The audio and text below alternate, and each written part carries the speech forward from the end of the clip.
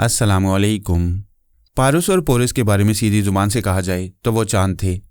Transformer machine से गुजरकर telepathic इल्म हासिल करने के बाद उनमें 4 चांद लग गए थे। लेकिन वो दोनों कौन से सीधे और शरीफ थे कि उनके लिए चांद की मिसाल दी जाती। वह पक्के बदमाश थे।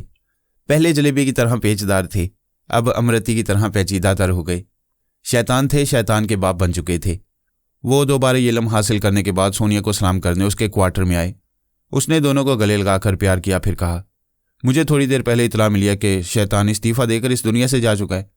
वो दोनों हंसते हुए बैठ गए। सोनिया की बेटी आला बीबी ने पोरस के पास आकर उसकी गर्दन में बाहें डालकर उसे प्यार किया। पोरस ने भी उसे प्यार करके सीने से लगाते हुए कहा, मुझे पता है मेरी बहन ने छोटी सी उम्र में कैसे ज़बरदस्त कारनामे अंजाम दिए हैं। क्या आप इदारे से बाहर नहीं जाती हो? अब तो तालीम और तरबियत से फुर्सत नहीं मिल रही है। यहाँ बहुत कुछ सीख रही हूँ, लेकिन एक बात किसी ने नहीं बताई। पोरस ने पूछा, कौन सी बात? आला बीवी ने उसे आंख मारकर कहा, अगर मेरे दोनों भाई शैतान हैं तो उनकी माँ को क्या कहा जाएगा? सोनिया ने घूरकर बेटी को देखा। दोनों ने जोरदार कहका लगाया। पारस ने कहा, मम्मा, बच्चे अपना हक इस्तेमाल करते हुए हर तरह का सवाल कर सकती हैं, बड़ों को इनका जवाब देना चाहिए। सोनिया ने आला बीबी का कान पकड़कर कहा, यह बच्ची होती तो जवाब देती। जनाब तबरेजी से दादी अम्मा कहती हैं, चल भाग यहाँ से। पारस ने मुस्कुराकर कहा, आखिर बहन किसकी है? पोरस ने कहा, 2 शैतानों की। सोनिया ने कहा, पोरस थप्पड़ खा जाओगे, मुझे शैतानों की माँ बनना मंजूर नहीं है। पोरस ने उठकर उसके सामने आकर कहा, मैंने आज तक माँ के हाथ का थप्पड़ नहीं खाया, जो मुझे पैदा होते ही अपनी गोद में खिलाने और अपनी ममता के अरमान पूरे करने ले गई थी। वह 2 बरस के बाद ही अपने भगवान के पास चली गई। जिंदगी ने मुझे बहुत सी ठोकरें मारी हैं, लेकिन माँ का एक थप्पड़ नहीं मारा।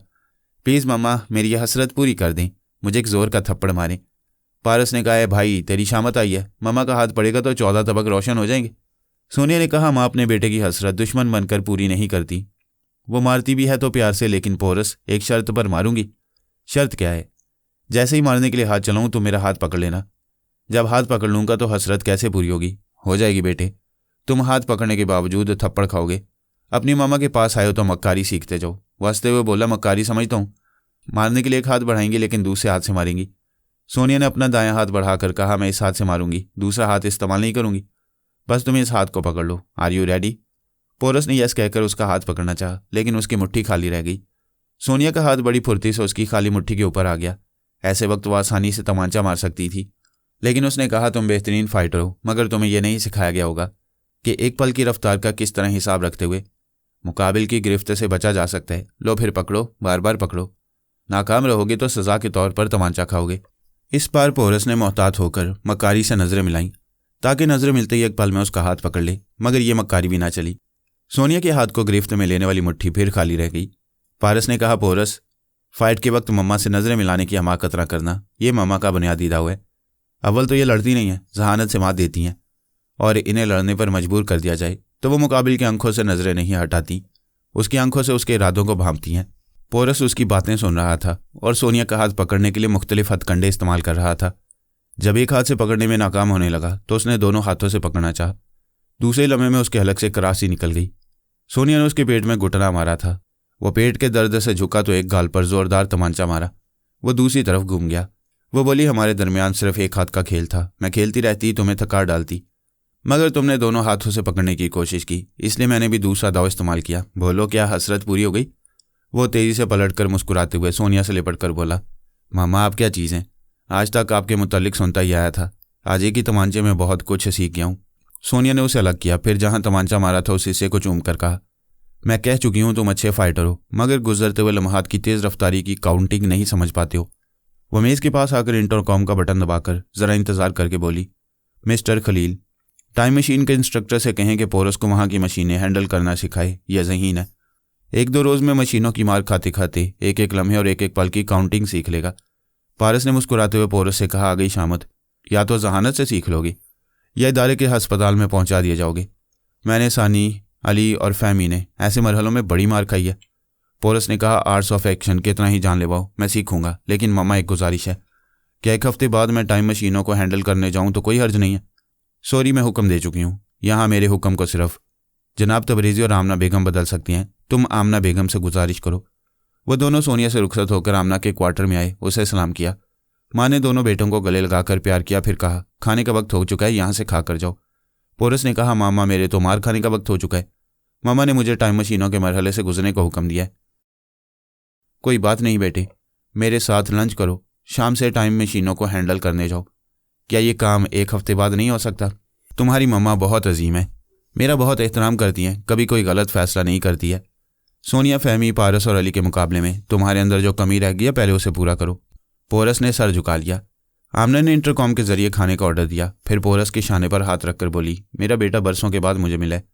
मैं तुम्हारी हर ख्वाहिश पूरी करूंगी, लेकिन अभी नीलमा से इंतकाम लेने की इजाज़त नहीं दूंगी। पोरस ने चौंक कर माँ को देखा, फिर कहा, ओह, मैं भूल गया था कि आप रूहानी टेलीपैथी के जरिए अंदर की बहुत सी बातें मालूम कर लेती हैं। हम जैसे योगा जानने वाले आपको अपने दिमाग में महसूस नहीं कर सकते। बेटे, तुम नासरा को बहुत चाहते थे, अब वो इस दुनिया में नहीं रही, लेकिन नीलमा रहेगी। उसकी आत्मा को एक जिस्म का सहारा मिल चुका है, लिहाजा जल्दी ना करो। जो काम पहले करने का है उसे करो। आप जो हुक्म देंगी वही करूँगा। लेकिन नीलमा को जितनी ढील दी जाएगी, जैसे जैसे दिन गुजरते जाएंगे वो तपस्या करती रहेगी और पहले की तरह आत्मा शक्ति हासिल करती रहेगी। आमना ने कहा, हम सब कुदरत के ताबे हैं। हम अपनी कोशिशों से तकदीर बदल सकती हैं, लेकिन अल्लाह ताला की रज़ा को नहीं बदल सकते। कुदरत को मंजूर होगा तो वो पहले की तरह आत्मा शक्ति हासिल कर लेगी। ऐसा होगा तो होने दो, इसमें भी अल्लाह ताला की कोई मसलियत होगी। ये इत्मीनान रखो कि वक्त आने पर तुम्हें जो करना है वो कर गुजरोगे। इससे आगे मैं कुछ नहीं कहूँगी। कुदरत के कारखाने में अच्छे अमाल अच्छे नताइज पैदा करती हैं और बुरे अमाल भयानक नताइज के आमिल होते हैं। इसी बात को मुख्तसर अंदाज में यूँ कहा जाता है कि जैसा करोगे वैसा भरोगे। किसी भी बात का, किसी भी काम का रद्दअमल ज़रूरी होता है। यह रद्दअमल अपनी ज़ात से और अपने आसपास रहने वालों से भी ज़ाहिर होता है। मसलन नीलमा नासरा के जिस्म को छोड़ना चाहती थी, दूसरी तरफ पूनम की मौत का वक्त आ गया। एक गुरुदेव बजरंग तिलकधारी ने पूनम के माँ बाप से कहा था कि वह एक औरत नासरा के जिस्म से आत्मा निकालकर पूनम को एक नई जिंदगी देगा। उसके माँ बाप अपनी बेटी की ज़िंदगी चाहते थे। ये खुदगर्जी थी कि किसी के जिस्म की आत्मा निकालकर उनकी बेटी पूनम को नई जिंदगी दी जाए। खुदगर्जी एक बुरा अमल है, इसके बुरे नताइज सामने आए। नीलमा को एक आत्मशक्ति जानने वाले गुरु की मदद से नासरा का जिस्म छोड़कर पूनम के जिस्म में आने का मौका मिला तो उस चिड़ेल खसलत नीलमा ने सबसे पहले उस अधूरी आत्मशक्ति जानने वाले गुरुदेव बजरंग तिलकधारी को मार डाला। पूनम के घर से भागकर प्लास्टिक सर्जरी के जरिए अपना चेहरा बदल लिया। खुदगर्जी दिखाने वाले माँ बाप और पूनम से शादी करने की ख्वाहिश करने वाला प्रकाश सभी को पुलिस गिरफ्तार करके थाने ले आई। यहाँ तक कि दास्तान पहले बयान की जा चुकी है। अब आगे पुलिस के लिए कुछ मसाइल पैदा हो गए थे। उन्होंने अपनी आंखों से नासरा के मुर्दा जिस्म को सड़ते गलते और हड्डियों का ढांचा बनते देखा था। वो नहीं जानती थी कि नासरा 2 साल पहले मर चुकी थी। उसके गोश्त पोस्त के जिस्म को नीलमा की आत्मा ने मुतहर्रिक रखा। उस आत्मा के जाते ही कुदरत के कानून के मुताबिक नासरा हड्डियों का ढांचा बन गई थी। अगरचे पुलिस वाले साइंसी तरक्की के दौर में यह तस्लीम करते थे कि जादू हज़ारों साल से और हर दौर में रहेगा, इसके बावजूद ये कहते हैं कि जादूगरों को गिरफ्तार करके उनके जादू को खाक में मिलाया जा सकता है। नासरा के ढांचे के मुतल्लिक ये बात समझ में आ रही थी कि उसी गुरुदेव ने इस बेचारी को जादू से ढांचा बना दिया। गुरुदेव उनकी गिरफ्त में आने से पहले ही नीलमा के हाथों मारा गया। पुलिस वालों को एक शाहरा पर उसकी लाश मिली जो किसी भारी ट्रक से कुचली हुई थी। पुलिस अफसर के सामने थाने में पूनम की मां शांति देवी, बाप विश्वनाथ और पूनम का आशिक प्रकाश बैठा हुआ था। अफसर ने उनसे कहा, 2 बातें अजीब हैं। एक तो जिस औरत की लाश को हम ला रहे थे वो हड्डियों का ढांचा बन गई, और जो जादूगर ऐसा कर रहा था वो भी सड़क पर मुर्दा पाया गया। विश्वनाथ ने कहा, सर, यह भी समझ में आने वाली बात है कि मेरी बेटी पूनम अचानक कहाँ गायब हो गई है। प्रकाश ने कहा, मैं बयान दे चुका हूँ कि वो मेरे साथ शॉपिंग प्लाजा गई थी, फिर निजी इस्तेमाल की चीज़ें खरीदने तनहा तीसरी मंजिल पर गई। अभी हमारी शादी नहीं हुई है, इसलिए मैं उसके साथ नहीं जा सकता था, लेकिन वो ऐसे गई कि अपने पीछे कोई सुराग नहीं छोड़ा। हम पुलिस वाले सुराग लगाना अच्छी तरह जानते हैं। क्यों मिस्टर विश्वनाथ, क्या यह मुमकिन नहीं है कि आपके उस होने वाले दामाद ने कोई बहुत बड़ा मकसद हल करने के लिए पूनम को कहीं ठिकाने लगा दिया? नो सर, मेरी बेटी से शादी के बाद यही मेरे कारोबार का, दौलत और जायदाद का रखवाला बनने वाला था। मेरी बेटी के गुम होने से तो इसे नुकसान पहुंच रहा है, ये ऐसी गलती क्यों करेगा? इसी दौरान में टेलीफोन की घंटी बजने लगी। अफसर ने रिसीवर उठाया। दूसरी तरफ से आवाज़ आई, मैं बांद्रा पुलिस स्टेशन से इंस्पेक्टर किशन बोल रहा हूँ। यह खबर हमें मिल चुकी है कि आप 2 मर्डर केसेस में उलझे हुए हैं। मेरे इलाके में प्लास्टिक सर्जरी के मशहूर माहिर का मर्डर हो चुका है। मैं समझता हूँ कि इस केस का ताल्लुक भी आपके उन 2 केसेस से हो सकता है। कि आपको ऐसा कोई सुराग मिला? यहाँ डॉक्टर के कमरे में अलमारी है जिसमें जनाना कपड़े हैं। किसी ने लिबास तब्दील किया और अपना लिबास वहाँ छोड़ गई है। Please just a minute. अफसर ने शांति और विश्वनाथ से पूछा, आपकी बेटी कौन सा लिबास पहनकर गई थी? प्रकाश ने कहा, सर, वो मेरे साथ येलो कलर की बनारसी साड़ी पहनकर गई थी। साड़ी का आंचल ब्राउन और गोल्डन कलर का था। दूसरी तरफ से इंस्पेक्टर ने कहा, मैं आपके फ़ोन से सुन रहा हूँ, वो दुरुस्त कह रहे हैं। यही साड़ी यहाँ फर्श पर पड़ी है। थैंक यू इंस्पेक्टर, मैं अभी आ रहा हूँ। उसने रिसीवर रखकर पूनम के माँ बाप और प्रकाश से कहा, मेरे साथ चलें, आपकी बेटी का सुराग मिल सकता है। वह सब पुलिस पार्टी के साथ मुख्तलिफ गाड़ियों में प्लास्टिक सर्जरी के माहिर के बंगले में पहुंचे। इंस्पेक्टर उन्हें कमरे में ले गया। वहाँ एक खुली हुई अलमारी के पास साड़ी, ब्लाउज और पेटीकोट पड़ा हुआ था। प्रकाश और पूनम के माँ बाप ने लिबास पहचान लिया। पूनम ने यही साड़ी पहनी हुई थी। इंस्पेक्टर उन सबको कमरे में लाया जहाँ डॉक्टर की लाश थी। उसके चेहरे को एक तेजधार आले से बड़ी बेदर्दी के साथ काटने के बाद उसके गले को काट दिया गया था। शांति देवी ने दोनों हाथों से मुंह ढांप कर कहा, ये मेरी बेटी के साथ क्या हो रहा है? कोई कातिल इस डॉक्टर को कत्ल करके पूनम को डरा धमका कर ले गया। इंस्पेक्टर ने कहा और उसे ले जाने से पहले उसने साड़ी से खून पहुंचने और उसे लिबास तब्दील करने का मौका दिया। यानी आपकी बेटी बड़े आराम से किसी कातिल के साथ गई है। विश्वनाथ ने कहा, इंस्पेक्टर, हमारी बेटी तो महात्मा बुद्ध को मानती थी, कभी एक चूंटी को भी नहीं मारती थी। आप तो ऐसा कह रहे हैं जैसे उसने ये भयानक जुर्म करने के लिए किसी कातिल का साथ दिया। इंस्पेक्टर ने कहा, अब यह लाश पोस्टमार्टम की रिपोर्ट के लिए जा रही है। फिंगरप्रिंट्स के माहिरीन की रिपोर्ट 2 घंटे के अंदर आ जाएगी। अभी हम आपके घर चलेंगे। पूनम के बेडरूम के कई हिस्सों की तस्वीर ली जाएंगी। आप फैमिली के साथ देश से बाहर जाते होंगे? जी हाँ, जाता रहता हूँ। पासपोर्ट में दस्तखत के अलावा अंगूठे के निशानात भी लिए जाते हैं। आप हमें पूनम का पासपोर्ट देंगे, फिर हमें मालूम हो जाएगा कि आले कत्ल पर किसकी उंगलियों के निशानात हैं। तफ्तीश करने वाली टीम विश्वनाथ के बंगले में आई। वहाँ अपने तौर पर तफ्तीशी कार्रवाइयों में मसरूफ रही। पूनम का पासपोर्ट और उसके बेडरूम की मुख्तलिफ चीज़ों पर से उसकी उंगलियों के निशानात एक्सपर्ट को भेज दिए गए। शाम तक रिपोर्ट आ गई। आले कत्ल पर पूनम की उंगलियों के निशानात थे। इसके बाद पुलिस वाले तमाम वारदात की बिखरी हुई कड़ियाँ जोड़ने लगे और इस नतीजे पर पहुंचे कि वो प्लास्टिक सर्जरी के जरिए अपना चेहरा अपनी शनाख्त तब्दील करने गई थी। इस तब्दीली का गवाह वही एक डॉक्टर था, इसलिए उसने बड़ी बेदर्दी से डॉक्टर को हलाक कर दिया और लिबास तब्दील करके वहाँ से कहीं चली गई। अब उसे पहचानना दुश्वार होगा। शांति देवी रोते हुए बोली, हमने उस पाखंडी गुरुदेव की बातों में आकर अपनी बेटी को क्या से क्या बना दिया है। विश्वनाथ ने कहा, मैं भी यही सोच रहा हूँ। उस गुरु बजरंग तिलकधारी ने हमारे साथ छल कपट किया है। हमारी बेटी के अंदर किसी प्रेत आत्मा को पहुंचा दिया है। वो प्रेतनी हमारी पूनम से भयानक जुर्म करा रही है। अफसर ने कहा, बात कुछ समझ में आती है। एक 18 बरस की लड़की 40 बरस के सेहतमंद डॉक्टर को कैसे कत्ल कर सकती है, जबकि उसकी मदद के लिए वहाँ कोई नहीं था।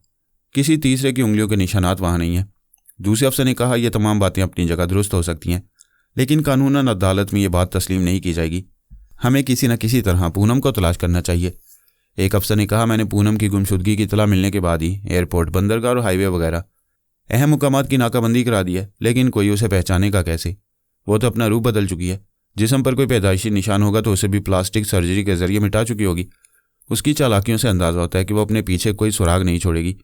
एक उम्र रसीदा अफसर ने कहा, हमने अपनी सर्विस में ऐसे मुजरिमों को नहीं छोड़ा जो अपने कदमों के निशानात भी नहीं छोड़ते।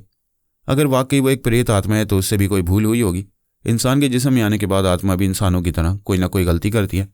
पूनम ने यानी नीलमा ने अपना नाम ओमा रखा था। वो बड़ी खामोशी से ख्यालख्वानी के जरिए मालूम कर रही थी कि उसे घेरने और पकड़ने के लिए क्या कुछ किया जा रहा है। कई अफसरान की बातें सुन रही थी।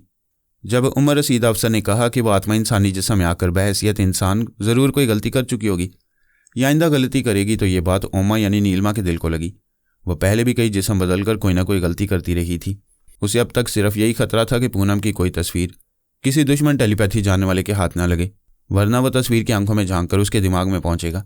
वैसे तो वो सांस रोक लेती है, लेकिन इत्तफाकन कभी जख्मी हो जाए या बीमार पड़ जाए तो दिमाग में आने वाले को रोक नहीं सकेगी। इसलिए उसने पूनम की माँ शांति देवी के जरिए घर की दीवारों और एल्बम की तमाम तस्वीरें ज़ाया कर दी थी।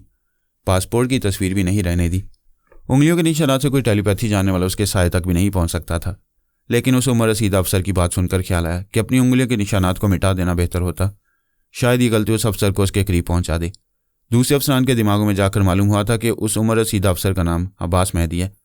दिमाग ने कहा, अब्बास मेहदी के अंदर पहुंचकर मालूम करना चाहिए कि वो किस तरह उसकी किसी गलती तक पहुंच सकता है। अगर वह तवक्कुत से ज़्यादा चालाक होगा तो उस पर तनवीमी अमल करके उसे अपने ज़ेरे असर रखेगी। ये सोचते ही उसने ख्याल ख्वानी की परवाज़ की। उसके दिमाग में पहुंची, वह फ़ौरन ही सांस रोककर खड़ा हो गया। वह सीनियर अफसर था। उसके दूसरे अफसरान भी खड़े हो गए। उसने खला में तकते हुए पूछा, कौन है? अब मैं सांस नहीं रोकूंगा। दिमाग में आते ही अपना तारुफ कराओ। एक अफसर ने पूछा, सर क्या बात है?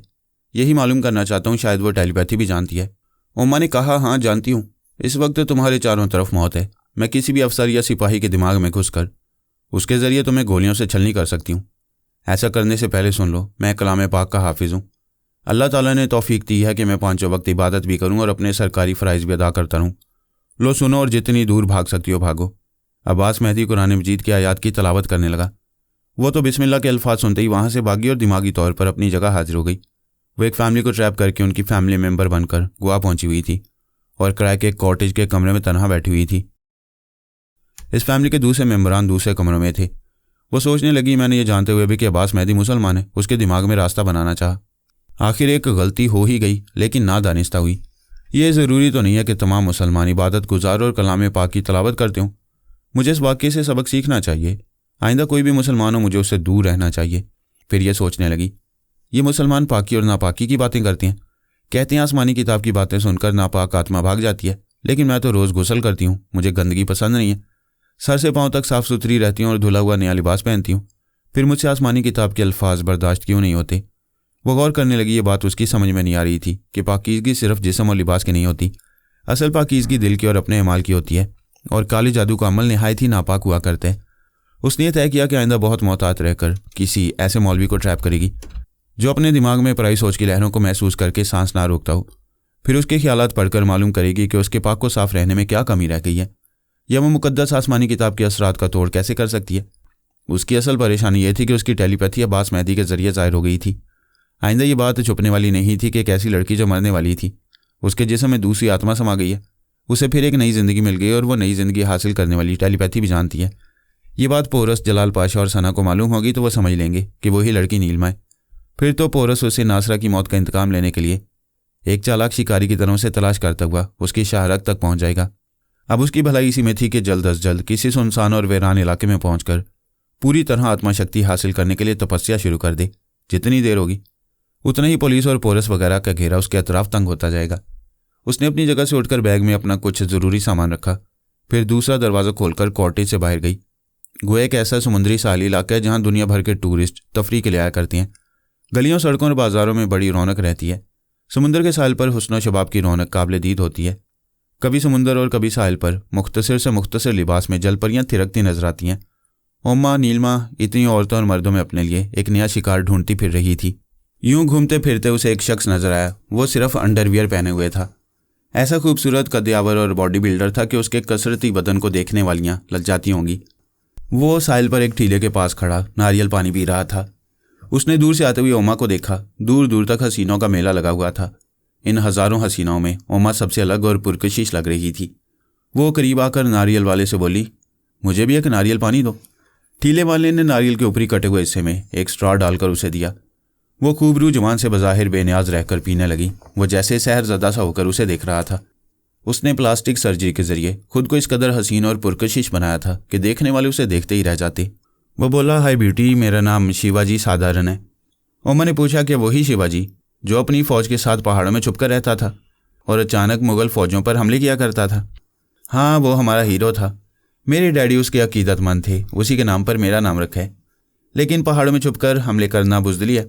मुसलमान उस शिवाजी को पहाड़ी चूहा कहते हैं। जो मुसलमान फ़ौजी हैं वो ऐसा नहीं कहते, क्योंकि उस ज़माने में शिवाजी जिस फ़ौज के कमांडर थे, आज हम उसे गोरीला जंग कहते हैं। दुनिया के हर मुल्क में हमारे शिवाजी के अंदाज की जंग लड़ी जाती है। मानती हूँ, दुनिया की हर फौज में गोरीला और कमांडोज ज़रूर होते हैं। हुस्न है, शबाब है, रंगीन माहौल है और हम खुश्क बातें कर रहे हैं। तुम्हारा नाम क्या है? ओमा। मेरा नाम ओमा जादेव है। शिवाजी ने अचानक ही चौंक कर खला में देखा, फिर ओमा से कहा, सॉरी, मैं अभी आता हूँ, क्या इंतज़ार करोगी? कोई बात नहीं, तुम जा सकते हो। वो खाली नारियल को एक तरफ फेंक कर जेब से रकम निकालने लगा। ओमा ने कहा, बिल अदा करने का मतलब है वापस नहीं आओगे? ओ नो, मैं भी वापस आऊँगा। नारियल वाले ने कहा, कोई बात नहीं साहब, बाद में दे दो। शिवाजी ने उसे मुस्कुरा कर देखा, फिर पलट कर बहुत आहिस्ता आहिस्ता कदम बढ़ाता हुआ जाने लगा, जैसे सोचता हुआ चल रहा हो या किसी की बात गौर से सुनता जा रहा हूँ। ओमा फ़ौरन उसके दिमाग में पहुँच गई। फिर उसने हैरानी से महाराज की आवाज़ सुनी जो कह रहा था, मैं क्या बताऊँ कि हम बाप बेटे किस तरह फंस गए हैं। बताने में बहुत देर लगेगी। जिसने हम पर तनवीम अमल किया है वो किसी वक्त भी आ सकता है। चूँकि उसके तनवीम अमल के असरात की मुद्दत ख़त्म हो गई है, इसीलिए मैंने तुमसे सबसे पहले मुखातिब किया है। हम 5 योगा जाने वाले फ़ौजी अफसरान के लब लहजे के ग़ुलाम हैं। अब वो 4 रह गए हैं। पता नहीं है कहाँ चला गया। आप और महेश कहाँ हैं? हम मैक्सिको के किसी पहाड़ी इलाके में एक बहुत बड़े बंगले में कैद किए गए हैं। खिड़कियाँ बाहर से बंद की गई हैं। बाहर का मंजर दिखाई नहीं देता। तमाम अंदरूनी दरवाजे खुले हैं। हम बंगले के अंदर आज़ादी से हैं। हमारी तमाम ज़रूरियात पूरी की जाती हैं। शिवाजी, तुम मेरे चेले हो, मैं तुमसे गुरु दक्षिणा मांगता हूँ। किसी भी तरह हम बाप बेटे को यहाँ से निकालो। उसी वक्त ओमा ने कहा, वो अमेरिका है, बच्चों के खेलने का प्लेग्राउंड नहीं है, सिर्फ मैं ही तुम्हें वहाँ से निकाल सकती हूँ। वो दोनों हैरानी से उसकी बातें सुन रहे थे। महाराज ने पूछा, कौन हो तुम? मैं तुम्हारे लब लहजे से नहीं पहचानूँ। मैं कोई भी हूँ, दुश्मन नहीं हूँ। आज़ादी हासिल करके अपने देश में आकर रहना चाहते हो तो मुझ पर भरोसा करो, वरना इन अमरीकियों के शिकंजे में गुलामी की ज़िंदगी बसर करते रहो। शिवाजी ने कहा, अगर हम तुम पर भरोसा करें तो तुम महाराज और महेश को कैसे बचाओगी? बहुत आसानी से। मैं अब महाराज के दिमाग में आती जाती रहूंगी। जब वो तनमीमी अमल करने वाला आएगा तो महाराज उसके अहकामात की तामील करते हुए उसके मामूल और 4 फौजियों के ताबे बनते रहेंगे। ये सब कुछ उन्हें धोखा देने के लिए होगा। हकीकतन मैं महाराज के दिमाग पर उसी तरह हावी रहूंगी कि उसका तनमीमी अमल बेअसर रहेगा। इसके बाद भी जब तक हम उन बाप बेटों को वहां से नहीं निकालेंगे तब तक वो दोनों दिखावे के तौर पर उनके ताबे बने रहें। शिवाजी ने कहा, बहुत ज़बरदस्त प्लान है। महाराज आप क्या कहते हैं? प्लान ज़बरदस्त है, मगर हमारी हमदर्द और दोस्त बनने वाली को हमसे अपनी असलियत नहीं छुपाना चाहिए। क्या हम ये भूल जाएं कि दोस्त के भेस में दुश्मन भी हो सकती है? तुम्हें अंदेशा करना चाहिए, लेकिन एक तरह से हमारी दोस्ती मजबूत हो सकती है। मैं शिवाजी पर दिलो जान से फिदा हूँ। अगर ये मुझे अपनी धर्म पत्नी बना ले तो फिर दुश्मनी का सवाल ही पैदा नहीं होगा। फिर तो मैं पति देव से अपना कोई राज नहीं छुपाऊंगी। शिवाजी ने खुश होकर कहा, महाराज इससे ज़्यादा भरोसे वाली बात कैसे हो सकती है? यह सचमुच भरोसे वाली बात है, मगर तुम अच्छी तरह सोच लो। अगर वो तुम्हें पसंद नहीं आएगी, तुम्हारे दरमियान लड़ाई होगी तो हम बाप बेटों को भी नुकसान पहुंचेगा। वसते हुए बोली, इसकी फिक्र न करो। शिवाजी की नज़रों से मैंने पहचान लिया कि ये मुझे चाहता है, मुझे देख चुका है, मुझसे बातें कर चुका है और अभी मेरे साथ नारियल पानी पी चुका है। शिवाजी ने हैरत और मुसर्रत से पलटकर दूर खड़ी हुई ओमा को देखा। तुम ओमा, तुम मेरे दिमाग में बोल रही हो? वह दूर से हाथ हिलाकर दिमाग में बोली, क्या मैं अच्छी लगती हूँ? मैं क्या कहूँ तुम कैसी लगती हो? मुझे तो जैसे हुस्न का खजाना मिल गया और तुम्हारी मदद से मैं गुरु दक्षिणा भी दे सकता हूँ। ओमा ने कहा, तो फिर जाएं महाराज, मेरा लब लहजा याद रखें, मुझे कभी दिमाग में आने से ना रोकें। मैं आपको और महेश को तनवीमी अमल से बचाऊंगी। महाराज चला गया। शिवाजी दौड़ता हुआ आया। उसने जेब से 1000 रुपये का नोट निकालकर नारियल वाले को देते हुए कहा, यह नोट तुम्हारा है, रखो और मौज करो। फिर वो ओमा का हाथ थामकर तेजी से जाने लगा। नारियल वाला 1000 का नोट लेकर शदीद हैरानी से रेत पर गिर पड़ा। शिवाजी ने कहा, भगवान की सौगंध, मैं तो पहली बार तुम पर नजर पड़ते ही तुम्हारा दीवाना हो गया था। प्लीज़ फिर एक बार मेरे दिमाग में आकर बोलो। वो उसके अंदर आकर बोली, अच्छी तरह तसल्ली कर लो कि मैं ओमा तुम्हारे साथ चलते हुए बोल रही हूँ। ओह गॉड, आज तो मेरे जैसा खुशनसीब कोई नहीं है। लेकिन पूरी खुशकिस्मती तब हासिल होगी जब मुझसे ब्याह करोगे। मैंने आज तक अपना बदन किसी को छूने नहीं दिया। ये बदन सिर्फ मेरे होने वाले पति देव के लिए। वैसे गोवा में कहाँ रहते हो? यहाँ एक होटल में हूँ। दिल्ली में मेरा बंगला है। अक्सर गर्मी के मौसम में तफरीह के लिए साहली इलाकों में जाता हूँ।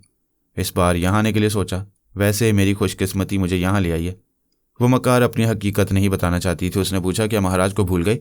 उन्हें गुरु दक्षिणा नहीं दोगे? मुझे थोड़ी देर में उनके पास ले जाकर उनके हालात मालूम करने होंगे। कभी ख्याल ख्वानी करने वहाँ जाती रहो और कभी यहाँ मुझसे बोलती रहो। ख्याल ख्वानी के वक्त चलना फिरना मुनासिब नहीं। पहले होटल चलो, वहाँ कुछ ठंडा पियेंगे और बातें करेंगे। वैसे मैं तुम्हारे गुरु के पास जाकर अभी आती हूँ। वो गुरु के दिमाग में पहुंची, फिर बोली, मैं हूँ अम्मा, शिवाजी की होने वाली पत्नी। खुश रहो बेटी, अपने सुहाग के साथ सलामत रहो। उसी वक्त बंगले का दरवाज़ा खुला। एक गनमैन ने आकर कहा, हेप्नोटाइज करने वाले जॉन का फ़ोन आया था। उन्होंने कहा है 2 घंटे के बाद यहाँ आने वाले हैं। उन्होंने तुम्हारी दिमागी कैफियत पूछी है। ओमा ने सोचा, इधर महाराज को और उधर शिवाजी को संभालना मुश्किल होगा, लिहाजा एक से वक्ती तौर पर निजात हासिल की जाए। महाराज उस गनमैन से कह रहा था, हम जैसे कैदियों की दिमागी हालत क्या होगी? जी चाहता है इस कैद खाने से उड़कर चला जाऊं। ओमा ने गनमैन के दिमाग पर कब्जा जमाकर उसके राइफल के दस्ते से महाराज के सर पर एक जोरदार ज़रब लगाई। वो मार खाते ही चकराकर फर्श पर गिर पड़ा। गनमैन बड़बड़ाया, बड़ाया उड़कर जाने वाला। वो पलटकर बाहर आकर दरवाजे को लॉक करने लगा। ओमा ने दिमागी तौर पर हाजिर होकर कहा, महाराज कह रहे हैं वह हिप्नोटाइज करने वाला 1 घंटे के अंदर किसी वक्त भी पहुंचेगा। मुझे 5-10 मिनट के वक्फे से इनके दिमाग में जाते रहना चाहिए। वो कायल होकर बोला, हाँ ये काम पहले होना चाहिए। वो होटल में आ गए। लाउंज में बैठकर 2 ऑरेंज जूस का ऑर्डर दिया। ऑर्डर लेने वाला वेटर शिवाजी के सामने खड़ा हुआ था। ओमा ने एक छोटी सी पुड़िया वेटर की जेब में डाल दी। वह जूस लाने चला गया। शिवाजी ने कहा, तुम्हें फिर महाराज की खबर लेना चाहिए। वो बोली, हाँ मैं जा रही हूँ। वो वेटर के दिमाग में पहुंच गई। उसके जरिए एक जूस के गिलास में उस पुड़िया का सफूफ डाल दिया। वो 2 गिलास भरकर एक ट्रे में रखकर उसके सामने आया। एक गिलास लेडीज़ फर्स्ट के तौर पर रोमा को दिया, दूसरा गिलास शिवाजी के सामने रखा, फिर चला गया। वो एक घूंट पीकर यूं सोच में गुम रही जैसे महाराज के हालात मालूम कर रही हो। शिवाजी उसकी खामोशी की वजह से जूस पीता चला गया। ओमा ने पूछा, तुम्हारा रूम नंबर क्या है? 404। ये उधर दाएं तरफ लिफ्ट। उसने सर को थाम लिया। ओमा ने अनजान बनकर पूछा, क्या हुआ? तबीयत कुछ अजीब सी हो रही है, हमें कमरे में चलना चाहिए। वो लिफ्ट तक उसके साथ आया, फिर 4थे फ्लोर पर पहुंचा। ओमा ने चाबी से दरवाज़ा खोला। वो निढाल होता जा रहा था। कमरे के अंदर पहुंचते ही बिस्तर पर गिर पड़ा। उसने उसके जूते उतारे, उस भारी भरकम बॉडी बिल्डर को खींचकर सीधी तरह लिटाया, फिर दरवाजे को अंदर से बंद करके एक सोफे पर बैठ गई। वह ऐसा भी कमजोरी में मुब्तला था। किसी तरह सुकून और आराम चाहता था। वो उसके दिमाग में पहुंचकर उसे थपक थपक कर सुनाने लगी। वो 1 मिनट के अंदर सो गया। उस पर तनवीमी अमल करने से पहले उसने महाराज की खबर ली। ये अंदेशा था कि वो होश में आने के बाद अगर ख्याल खोने के काबिल रहा तो शिवाजी के दिमाग में पहुंचकर ओम्मा को तनवीमी अमल करने नहीं देगा। महाराज अब तक बेहोश पड़ा था। वो काफ़ी उम्र रसीदा हो चुका था। गनमैन के जोरदार हमले के बाद जल्दी होश में नहीं आ सकता था। होश में आने के बाद भी जख्मी होने के बायस ख्याल खोनी नहीं कर सकता था। उधर गनमैन ने रिपोर्ट दी थी कि महाराज तनवीमी अमल के असर से निकल चुका था। दरवाज़ा खोलते ही फरार होने के लिए गनमैन से उलझ पड़ा था। उसने काबू करने के लिए राइफल के दस्ते से उसे मारा तो वो बेहोश हो गया। ओम्मा ने मुतमईन होकर शिवाजी पर तनवीमी अमल किया। उसके दिमाग में ये नक्श किया कि वो उसकी पिछली ज़िंदगी के बारे में ना कभी सोचेगा और ना पूछेगा कि वो कौन है और कहाँ से आई है। उसने बरसों पहले वाली नीलमा की आवाज़ और लबे लहजे को उसके दिमाग में नक्श करके हुक्म दिया कि इस आवाज़ और लबे लहजे के बगैर जो भी सोच की लहर आए उसे फ़ौरन दिमाग से निकाल दिया करे। इसके बाद वो महाराज के दिमाग में पहुंची तो पता चला राइफल के दस्ते से मार खाने के बाद उसके दिमाग पर बुरा असर पड़ा था। एक तो नीम बेहोशी की हालत में था, दूसरा ये कि वो अपनी पिछली ज़िंदगी भूल गया था कि वो कौन है और कहाँ ज़िंदगी गुजारे। ओम्मा को इन बाप बेटे से कोई ख़ास दिलचस्पी नहीं थी। वो बाद में उसकी दिमागी हालत मालूम करने के ख्याल से वापस चली गई। जनाब तबरेज़ी ने सभी ख्याल ख्वानी करने वालों को हदायत दी थी कि स्विट्ज़रलैंड में बड़े ममालिक के फ़ौजी अफसरान का जो खुफिया इजलास हो चुका है और 2 दिनों के बाद जो आखिरी इजलास होने वाला है उसकी मुकम्मल रिपोर्ट हम हासिल करें। मैं पेरिस में था, अपने बिस्तर पर आराम से लेटा हुआ उस खुफिया इजलास के अफसरान के चोर ख्यालात पढ़ रहा था। इस इजलास में सिर्फ मुसलमान ममालिक के खिलाफ साजिशें हो रही थीं और यह तय किया जा रहा था कि उनकी साजिशों की तकमील में सिर्फ बाबा साहब का इदारा रुकावट बना हुआ है। अगर बड़े ममालिक मुत्तहिद होकर अचानक बाबा साहब के इदारे पर भरपूर हमले करते रहेंगे तो वो इदारा हमेशा के लिए नीस्त व नाबूद हो जाएगा। इस साजिश की अहम बात यह थी कि भरपूर हमले ऐसे वक्त किए जाएं जब तमाम मुसलमान टेलीपैथी जानने वाले वहाँ मौजूद हों और अचानक हमलों के बायस उन्हें भी इदारे से फरार होने का मौका न मिले। यूँ तो दीन इस्लाम के आगाज़ से ईसाइयों और यहूदियों ने मुसलमानों के खिलाफ महाजराई शुरू कर दी थी। हर सदी में हर दौर में मुसलमानों के खिलाफ बेपनाह ताकत के मुजाहरे किए गए। सदियों के तजुर्बात ने इस्लाम के दुश्मनों को यह समझा दिया कि मुसलमानों की इत्तेहाद को बखेर देने के बाद ही उन्हें कमज़ोर करके अपना ताबे और मोहताज बनाकर रखा जा सकता है। 20वीं सदी के इख्तिताम तक यही हो रहा है। कई मुस्लिम ममालिक अमरीका और रूस वगैरह के ज़ेर असर रहकर सिर्फ अपने तख्त व ताज की सलामती के लिए कोश हैं। लबनान और बोस्निया और कोसोवो जैसे मुल्कों में लाखों मुसलमानों के कत्लेआम पर मुस्लिम ममालिक के सरबराह रस्मी तौर पर एहतजाज करके खामोशी से तमाशा दिख रहे हैं। बाबा फरीद वास्ती के कायम करदा मुस्तहकम और नाकाबिल शिकस्त इदारे पर भी हमले होंगे तो किसी से सिर्फ हमदर्दी की तवक्को की जाएगी, लेकिन अमली कार्रवाइयों की कभी तवक्को नहीं की जा सकेगी। हमें अपना दिफा खुद करना था, इसलिए हम तैयारियां शुरू कर चुके थे। ख्याल खोनी करने के दौरान में मैंने पराई सोच की लहरों को महसूस किया। फिर पूछा कौन? जवाब में एक नुस्वानी सरदा सुनाई दी। वो आह करे या आहा करे, मैं उसे लाखों करोड़ों में पहचान सकता था। मैंने खुशी से उठकर बैठते हुए कहा, सोनिया मेरी जान, तुम पहली बार ख्याल खोनी कर रही हो। तुम मेरे ख्यालात से खुशी का अंदाज़ा कर सकती हो। हाँ, तुमसे ज़्यादा खुशी और भला किसे हो सकती है। मैं ये इल्म सीखने से हमेशा इनकार करती रही। 2-2, 4-4 दुश्मन सामने आए तो उनसे तन्हा निमट लेती हूँ, लेकिन अब तो दुश्मनों के इरादे तवाक्कुन हो गए हैं। वो सब मुत्तहिद होकर मेरे बाबा साहब के इदारे को ख़त्म करना चाहती हैं। बाबा फरीद वास्ती ने अपने आखिरी लम्हात में कहा था कि इस इदारे को कायम रखने के लिए अपने मजाज के खिलाफ भी कुछ करना पड़े तो कभी गुरेज ना करना। इसलिए तुमने टेलीपैथी सीख ली। हाँ, अब बताओ बुनियादी मालूमात क्या हैं?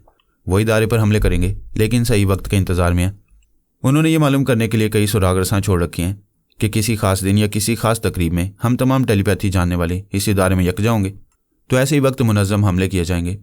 पिछले 3 दिनों से तमाम ख्याल ख्वानी करने वाले इदारे में मौजूद थे और अब ख्याल ख्वानी करने वालों का इजाफा हो चुका है और उनके फरिश्तों को पता नहीं है कि हम कहाँ हैं और क्या कर रहे हैं। उनके पास 4 दिन पहले की रिपोर्ट है कि अली और फहमी पेरिस में है, जलाल पाशा सानी पारस और पोरस लंदन में है। मैं और तुम काहिरा में संगरीला को अस्पताल पहुंचाकर अमेरिकन CIA की पूरी टीम को तबाह कर चुके हैं। वो नहीं जानते कि 4 दिनों में वो तमाम रिपोर्ट पुरानी हो चुकी है। अब तुम्हारे क्या इरादे हैं? उन्हें इदारे पर हमले करने के ख्वाब देखने दो। हम उन्हें मुख्तलिफ मामलात में शौक पहुंचाते रहेंगे। मैंने 2 मुजाहिदीन आज़म का मुतालबा किया है। वो मुजाहिदीन 4 ऐसे फ़ौजी अफसरान की कैद में हैं जो योगा जानते हैं और उन्होंने अपनी हुकूमत के हुक्म से इनकार किया कि मुजाहिदीन को रिहा करेंगे। फरहादी अमेरिकन ड्रामा है, ड्रामा होने दो। उन 4 रूपोश अफसरान को ढूंढ कर निकालना है। उन्होंने 2 मुजाहिदीन के अलावा महाराज और महेश को भी कहीं छुपा कर रखा है, यानी वो तादाद में 8 हैं।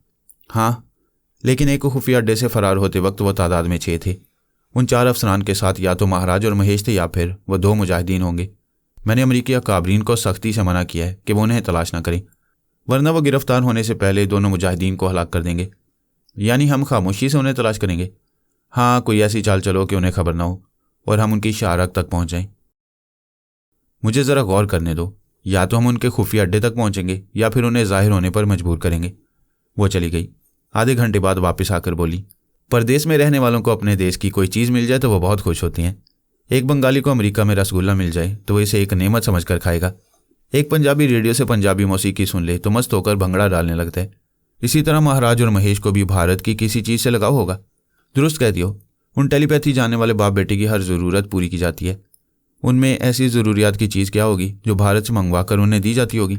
सीधी सी बात है, दुनिया के हर मुल्क में मिनिस्ट्री ऑफ इंफॉर्मेशन और प्रेस एंड पब्लिकेशंस वाले तमाम ममालिक के अखबारात मंगवाते हैं ताकि उन ममालिक के अंदरूनी सियासी हालात मालूम हो सकें और उनके एडिटोरियल से दूसरे मुल्कों के मुतालिक अपने तौर पर अपनी राय कायम कर सकें।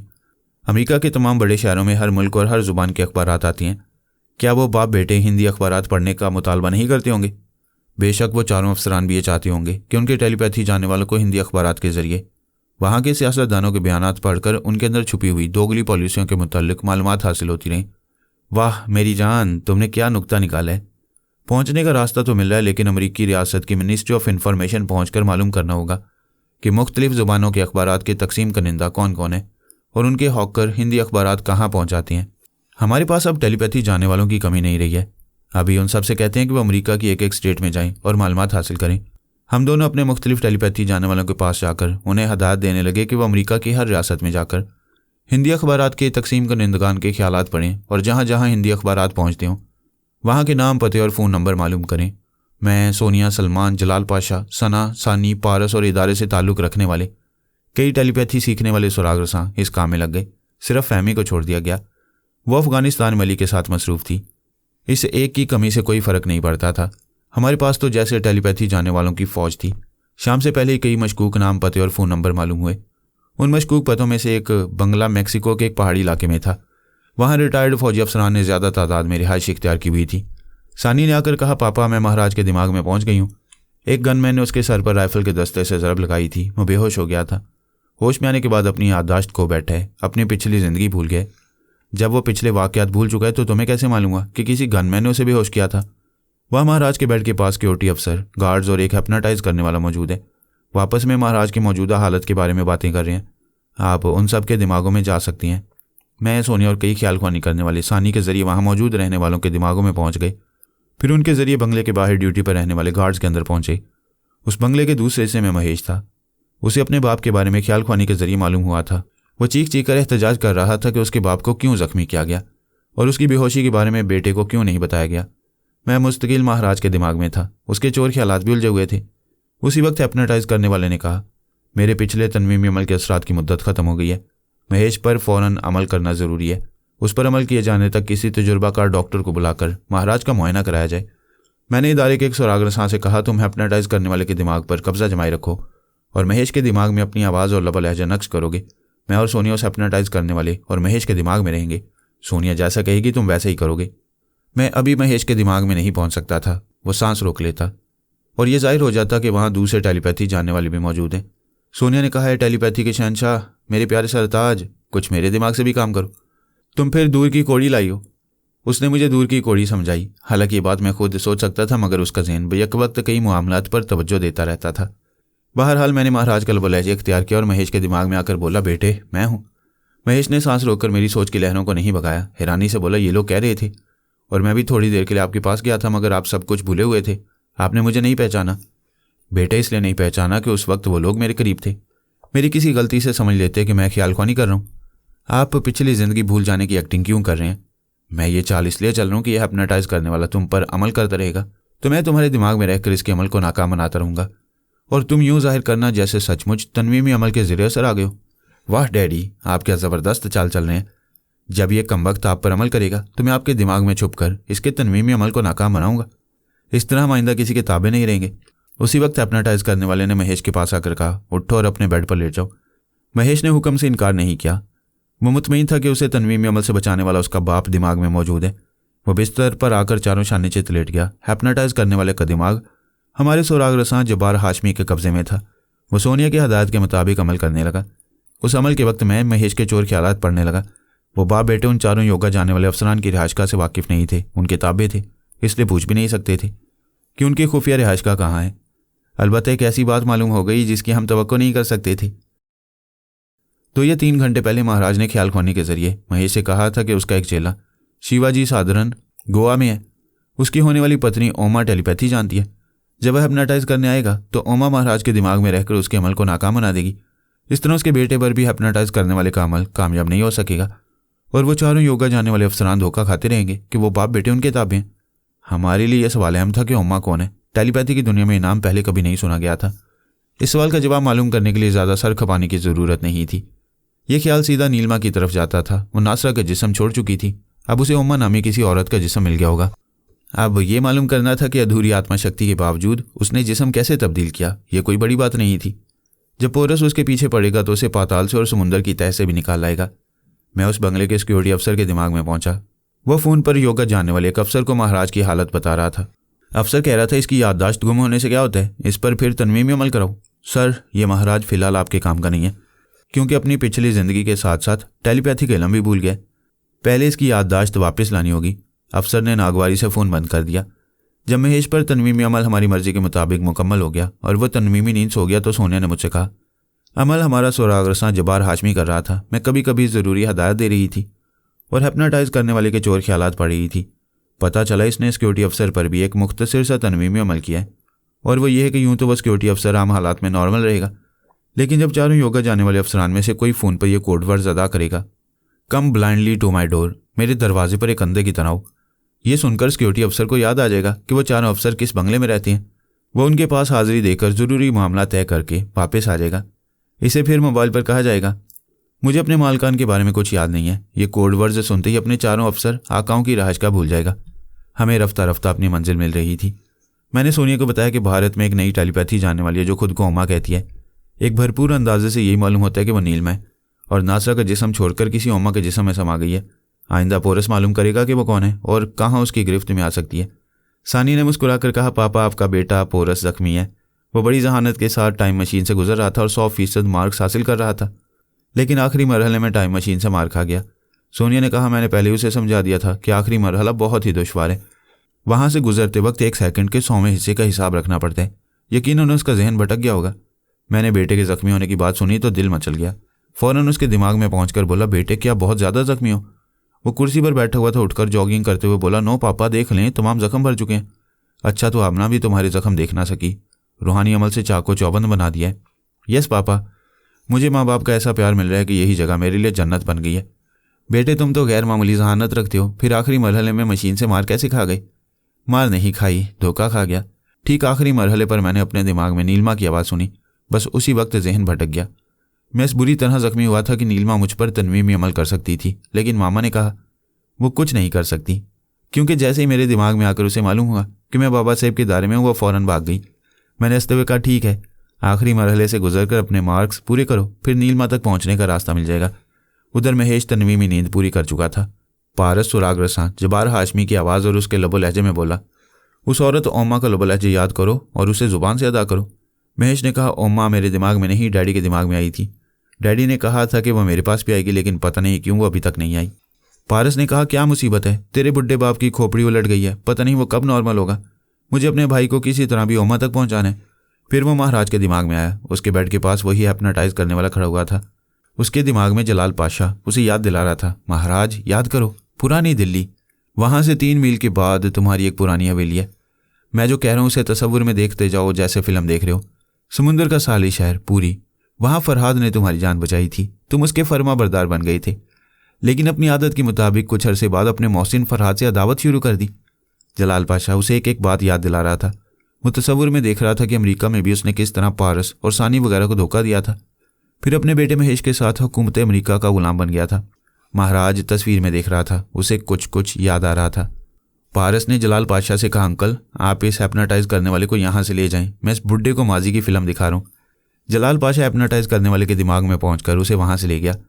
पारस ने महाराज से कहा, बेओ बुड्ढे, तुझे इस उम्र में तेरी गुजरी हुई जवानी की फिल्म कैसे दिखाऊं? ज़रा हिसाब करके बता, तूने कहाँ कहाँ अपना मुंह काला किया है? तेरी कितनी बीवियाँ थीं? अगर मैं एक बोलूँ तो तू 1 उंगली उठाना। 1। महाराज ने 1 उंगली उठाई। पारस ने कहा 2। महाराज ने कहा, हमारे धर्म में 2 बीवियाँ नहीं रखते। अपने शराब खानों में 200 बीवियाँ तो रखते हैं। नहीं, वो बीवियाँ नहीं होती, आनी जानी चीज़ें होती हैं। तेरी बीवी ने कितने आने जाने वाले रखे हैं? खबरदार, मेरी बीवी सती सावित्री है, उसके दामन में धब्बा न लगाना। इसका मतलब है तुझे पिछली बातें याद आ गई हैं? क्या मैं पिछली बातें भूल गया था? बिल्कुल नहीं। तुझे तो यह भी याद है कि शिवाजी की होने वाली बीवी किस आवाज़ और लबो लहजे में बोलती थी?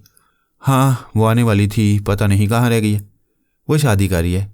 मुझे तेरे पास ये मालूम करने के लिए भेजा कि तूने उसका लबो लहजा याद रखा या नहीं। चल जल्दी से सुना। महाराज चंद लम्हों तक सोचने के बाद उमा के लबो लहजे में बोलने लगा। पारस ने इसे तवज्जो से सुनकर कहा, अभी ज़रा और अच्छी तरह याद करके बोल। वो अच्छी तरह याद करके बोलने लगा, लेकिन पहले की तरह बोल रहा था। पारस को इत्मीनान हो गया कि वो दुरुस्त कह रहे। उसने जलाल पाशा के पास आकर कहा, आप सना के साथ इसे संभालें और महाराज पर तनवीमी अमल कराएं, मैं जा रहा हूँ। वो पारस के पास आकर उमा के लबो लहजे में बोला, अरे हरजाई कब आ रहे मेरे पास? पोरस ने पूछा, ये तेरी जिन्स कैसे बदल गई?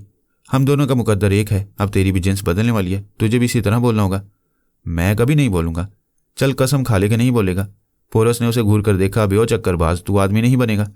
अपनी मंजिल तक पहुंचने के लिए कभी कभी औरत भी बनना पड़ता है। ओ गॉड, अब समझा।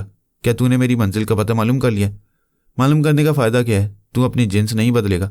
यार तू मेरा भाई है, तेरे लिए जान दे सकता हूँ, तो क्या जिन्स नहीं बदल सकता? वैसे मैं समझ गया हूँ, तो उसकी आवाज़ और लबो लहजे में बोल रहा था जिसके अंदर मेरी दुश्मन छुपी हुई है।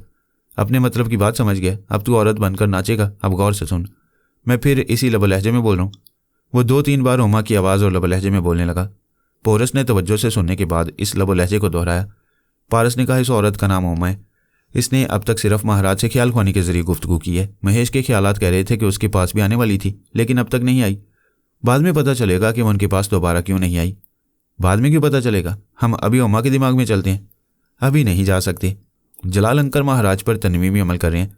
तो महाराज की सोच की लहरों में उमा के पास जाओगे तो वो महाराज के दिमाग में आएगी। इस तरह से मालूम हो जाएगा कि अंकल उस पर अमल कर रहे हैं। क्या मुश्किल है? अभी तनवीमी अमल हो रहा है, फिर वो 2 घंटे तक तनवीमी नहीं सोएगा, उसके बाद हम कुछ कर सकेंगे।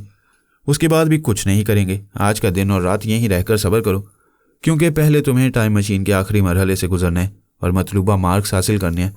उसके बाद हमें इदारे से जाने की इजाज़त मिलेगी। हाँ, ये तो ज़रूरी है। मैं जब तक यहाँ मसरूफ़ रहूँ तुम्हें यह मालूम करते रहना चाहिए कि उमा कहाँ है और क्या करती फिर रही है। मैं पूरी कोशिश करूँगा। वैसे उमा के साथ भी कोई गड़बड़ है। वो अब तक महाराज को हेप्नाटाइज वाले से महफूज रखने नहीं आई है। या तो वो किसी दूसरे मसले में फंस गई है, या फिर महाराज और शिवाजी वगैरह को उल्लू बना रही है। पोरस ने कायल होकर सर हिलाया। वो दोनों उमा के मामले में गौर करने लगे। मैं और सोनिया प्लान कर रहे थे कि उन चारों योगा जाने वाले अफसरान तक कैसे पहुंचे। बज़ाहिर पहुंचना आसान हो गया था। मैं सिक्योरिटी अफसर के मोबाइल फ़ोन पर कोड वर्ड्स अदा करता तो वह तनवीमी अमल के ज़ेर असर उन चारों की रिहाइश का तक पहुंच जाता और उसका ताक़ुब करते हुए हम पहुंच जाते। लेकिन वो चारों से दूर ही से देखकर मोहतात हो जाते कि उन्होंने कोड वर्ड्स अदा नहीं किए। फिर वो सिक्योरिटी अफसर क्यों आ रहे? उन्हें फ़रार होने का मौका मिल जाएगा। सोनिया मेरी बात तवज्जो से सुनती रही, फिर बोली, जब सिक्योरिटी अफसर कोड वर्ड्स के ज़रिए सैरज़दा हो जाएगा तो क्या हम उसके दिमाग में रह सकेंगे? यकीन से नहीं कहा जा सकता। कोड वर्ड्स के ज़रिए उसे ज़ेर असर रखने के दौरान में शायद उसका दिमाग लॉक हो जाता हो। वो बोली, आजमाने में क्या हर्ज है? मैंने आजमाइश के तौर पर उसके मोबाइल नंबर पंच किए। राब्ता होने पर उसने अपने फ़ोन को कान से लगाया। मैंने आवाज़ बदल कर कहा, कम ब्लाइंडली टू माई डोर। यह आवाज़ सुनते ही वो तनवीमी अमल के ज़ेर असर आ गया। फ़ोन बंद करके महाराज के बंगले से निकलकर एक सिमत पैदल चलने लगा। मेरे फ़ोन करते वक्त सोनिया उसके दिमाग में थी, मैं भी चलाया, यानी उसका दिमाग लॉक नहीं हुआ। सोनिया ने उसके चोर ख्यालात से मालूम किया वो कहाँ जा रहे। उसके ख्यालात ने बताया कि वहाँ से 2 किलोमीटर दूर उस पहाड़ी टाउन में एक बंगला है। वो चारों अफसरान वहाँ रहते हैं। उसने बंगले का नंबर और पता बताया। सोनिया ने पूछा, क्या उस बंगले में 2 मुजाहिदीन को कैदी बनाकर रखा गया है? उसने जवाब दिया, मैंने चारों के सिवा किसी 5वें को उस बंगले में नहीं देखा। हमारे लिए इतनी मालूमात काफ़ी थी। मैंने फिर उसके मोबाइल फ़ोन पर रब्ता किया और कहा, I don't remember anything about my masters. ये सुनते ही वो चलते चलते रुक गया। अपने मोबाइल फ़ोन को बंद करके महाराज के बंगले की तरफ वापस जाने लगा। वो हमें अपने आकाओं का पता बताने के बाद खुद भूल गया था। बाबा साहब के इदारे के 2 सुराग रसां जिस्मानी तौर पर मैक्सिको में मौजूद थे। मैंने उन 4 अफसरों के बारे में उन्हें तफसील से बताया, फिर समझाया, पहले दूर ही दूर से इस बंगले का जायज़ा लेते रहो। सुबह के वक्त इनके दरवाजे पर दूध की बोतलें सप्लाई करने वाला आता होगा, या इन चारों में से कोई खाने पीने की ज़रूरियात का सामान लेने मार्केट जाता होगा। वो कैदी मुजाहिदीन की ज़रूरियात पूरी करने के लिए भी कहीं जाते होंगे। अगर नहीं जाते हैं तो इसका मतलब है वो मुजाहिदीन उन्हीं चारों के बंगले में कहीं छुपा कर रखे गए हैं। मैंने अपने सुराग रसानों को तफसील से हर बात समझा दी। फिर एक सिक्योरिटी गार्ड के जरिए मैं और सोनिया उस पहाड़ी टाउन के एक मर्द और औरत के दिमाग में पहुंच गए। उन्हें आलाकार बनाकर उस खुफिया बंगले का जायज़ा लेने लगे, जो हमारे लिए अब खुफिया नहीं रहा था। रात के 8 बजे उस बंगले से एक अफसर अपनी कार में बैठकर कहीं जाना चाहता था। उस वक्त उसने थोड़ी सी पी हुई थी।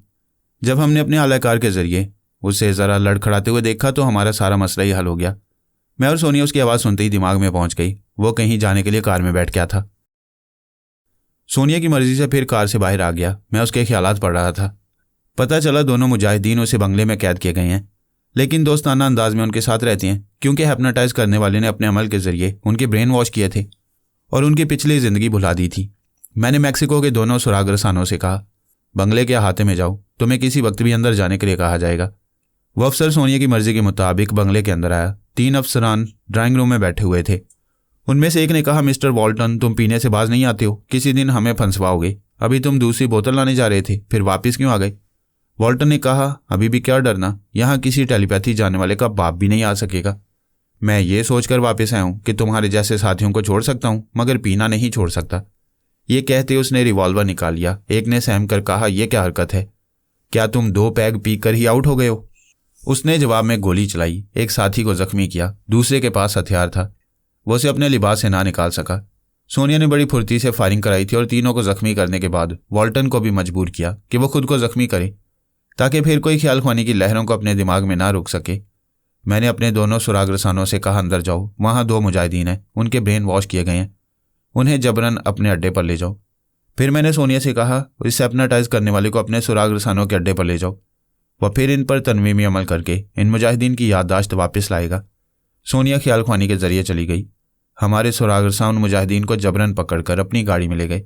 फायरिंग के बायस आसपास के बंगलों से कुछ लोग निकल आए थे, मगर हमारा काम इतनी फुर्ती से हुआ था कि कोई हमारे सुराग रसानों का रास्ता भी ना रोक सका। कई रिटायर्ड फौजी अफसरान अपने हथियारों के साथ उस बंगले में आए। उन 4 जख्मी अफसरान से पूछने लगे वो कौन थे, क्या वो उन्हें पहचानते हैं? एक ने कराहते हुए कहा, हम सब टेलीपैथी की गन से चलने वाली गोलियों से जख्मी हुए हैं। वह हमें जान से नहीं मारेगा, जिंदा रखेगा, लेकिन टॉर्चर करता रहेगा। एक ने कहा, ओ गॉड, फरहाद अली तैमूर यहाँ मौजूद है। मैंने उसके दिमाग में आकर उसकी ज़ुबान से कहा, हाँ मौजूद हूँ, तुम्हारी ज़ुबान से तुम सबसे कह रहा हूँ। मरना चाहते हो तो यहाँ ठहरो, वरना फ़ौरन अपने घर वापस जाओ। वह सब पलटकर तेज़ी से दौड़ते हुए बाहर जाने लगे। मैंने अपने आलाकार अफसर को भी भगा दिया। फिर कहा, तुम चारों फौजी हो, तुम्हें मामूली से जख्म पहुँचाए गए हैं, एक भी गोली किसी के जिस्म में पैवस्त नहीं की गई, सिर्फ तुम्हारे दिमागों के दरवाजे खोले गए हैं। एक फौजी अफसर ने कहा, हम कसम खाकर कहते हैं कि हमने मुजाहिदीन को अपनी मर्जी से नहीं छुपाया था और ना ही उन्हें कोई तकलीफ पहुंचाई है। इससे बड़ी तकलीफ क्या हो सकती है कि उनके ब्रेन वॉश करके उन्हें जिहाद के रास्ते से हटा दिया और उनके जरिए मुझे मजबूर और बेबस बनाने की कोशिशें की गईं। मुझे बिलवास्ता ये समझाया गया कि अगर मैंने तुम चारों को नुकसान पहुंचाया तो उन मुजाहिदीन को हलाक कर दिया जाएगा। दूसरे ने कुछ कहने के लिए मुंह खोला। मैंने कहा, कोई बात ना करना, अपने अपने मोबाइल के जरिए अमरीकी अकाबरीन से रब्ता करो, उनसे मदद की भीख मांगो। वो अपने अपने मोबाइल फ़ोन निकालने लगे। मैंने कहा, सिक्योरिटी अफसर से ना कहना, कम ब्लाइंडली टू योर डोर। वो मुझे हैरानी से देखने लगे। मैंने कहा, यह मिशन मैं नहीं, सोनिया हैंडल कर रही है, उससे ज़्यादा मक्कारी दिखा सकते हो तो दिखाओ। वो झाग की तरह बैठ गए। अपने अपने मोबाइल फ़ौजी के जरिए मुख्तलिफ अकाबरीन से रब्ते करने लगे। मैंने पारस, सानी, सना, जलाल पाशा और सलमान से कहा, मेरे दिमाग में आए, ये चारों अफसरान काबू में आ चुके हैं। इनके दिमागों में रहकर दूसरी तरफ से फ़ोन पर होने वाली गुफ्तगू सुने। उन चारों में से एक ने राब्ता होने पर बरी अफवाज के सरबराह से कहा, सर, हम मिस्टर फरहाद अली तैमूर के कब्ज़े में है, यह भी हमारे दिमागों में है। बरी अफवाज के सरबराह ने दूसरे ज़ख्मी अफसर से कहा, तुम लोगों ने हमें भी नहीं बताया था कि कहाँ रूपोश हो रहे हो। हम तो इसलिए बेकसूर हैं कि मिस्टर फरहाद ने हमारे चोर ख्यालात के जरिए ये सच्चाई मालूम कर ली थी। बरी अफवाज के सरबराह ने तीसरे ज़ख्मी से कहा, अब तुम चारों हमसे क्या तवक्को कर रहे हो कि हम मिस्टर फरहाद से तुम्हें माफ़ी दिलाएं, जबकि हम खुद तुम्हें मुआफ़ नहीं कर सकते, क्योंकि तुम चारों ने फ़ौजी कवानीन के ख़िलाफ़ हमारे अहकामात मानने से इनकार करते हुए उन मुजाहिदीन को कैदी बनाया था। एक और आला अफसर ने चौथे ज़ख्मी से कहा, तुम चारों को अपनी हिफाजत के लिए हमारे पास नहीं, महाराज और महेश के पास जाना चाहिए। तुम चारों ने उनकी टेलीपैथी को अपनी ताकत बना लिया था। यह सुनते ही उस ज़ख्मी ने फ़ोन के ज़रिए महाराज से रब्ता किया। वो तनवीमी नींद से बेदार होने के बाद महेश के साथ उस बंगले से जाने का प्लान कर रहा था। उसने फ़ोन पर पूछा, कौन है? उस ज़ख्मी ने कहा, मैं तुम्हारा मास्टर बोल रहा हूँ। महाराज ने कहा, मास्टर? कौन मास्टर? मैंने और मेरे बेटे ने बरसों पहले स्कूल छोड़ दिया था। तुम किस स्कूल के मास्टर हो? तुम हमारे ताबेदार होकर ऐसी बातें कर रहे हो? भाई, तुम्हारे ख्यालात बता रहे हैं कि तुम ज़ख्मी हो। मुझे गोली लगी है। बच्चों की तरह गोलियां क्यों खेलते हो? हमारे भारत में उन्हें कंचे कहते हैं। जब मैं जवान था तो मुझे एक सुंदर नारी से प्रेम हो गया था, उसका नाम कंची था। महेश ने बाप से रसीवा लेकर कहा, मिस्टर, मेरे डैडी 60 गए हैं, यानी 60 बरस के हो गए हैं। एक बात कभी समझ में नहीं आई कि जवानी ज़ोरदार होती है या बढ़ापा।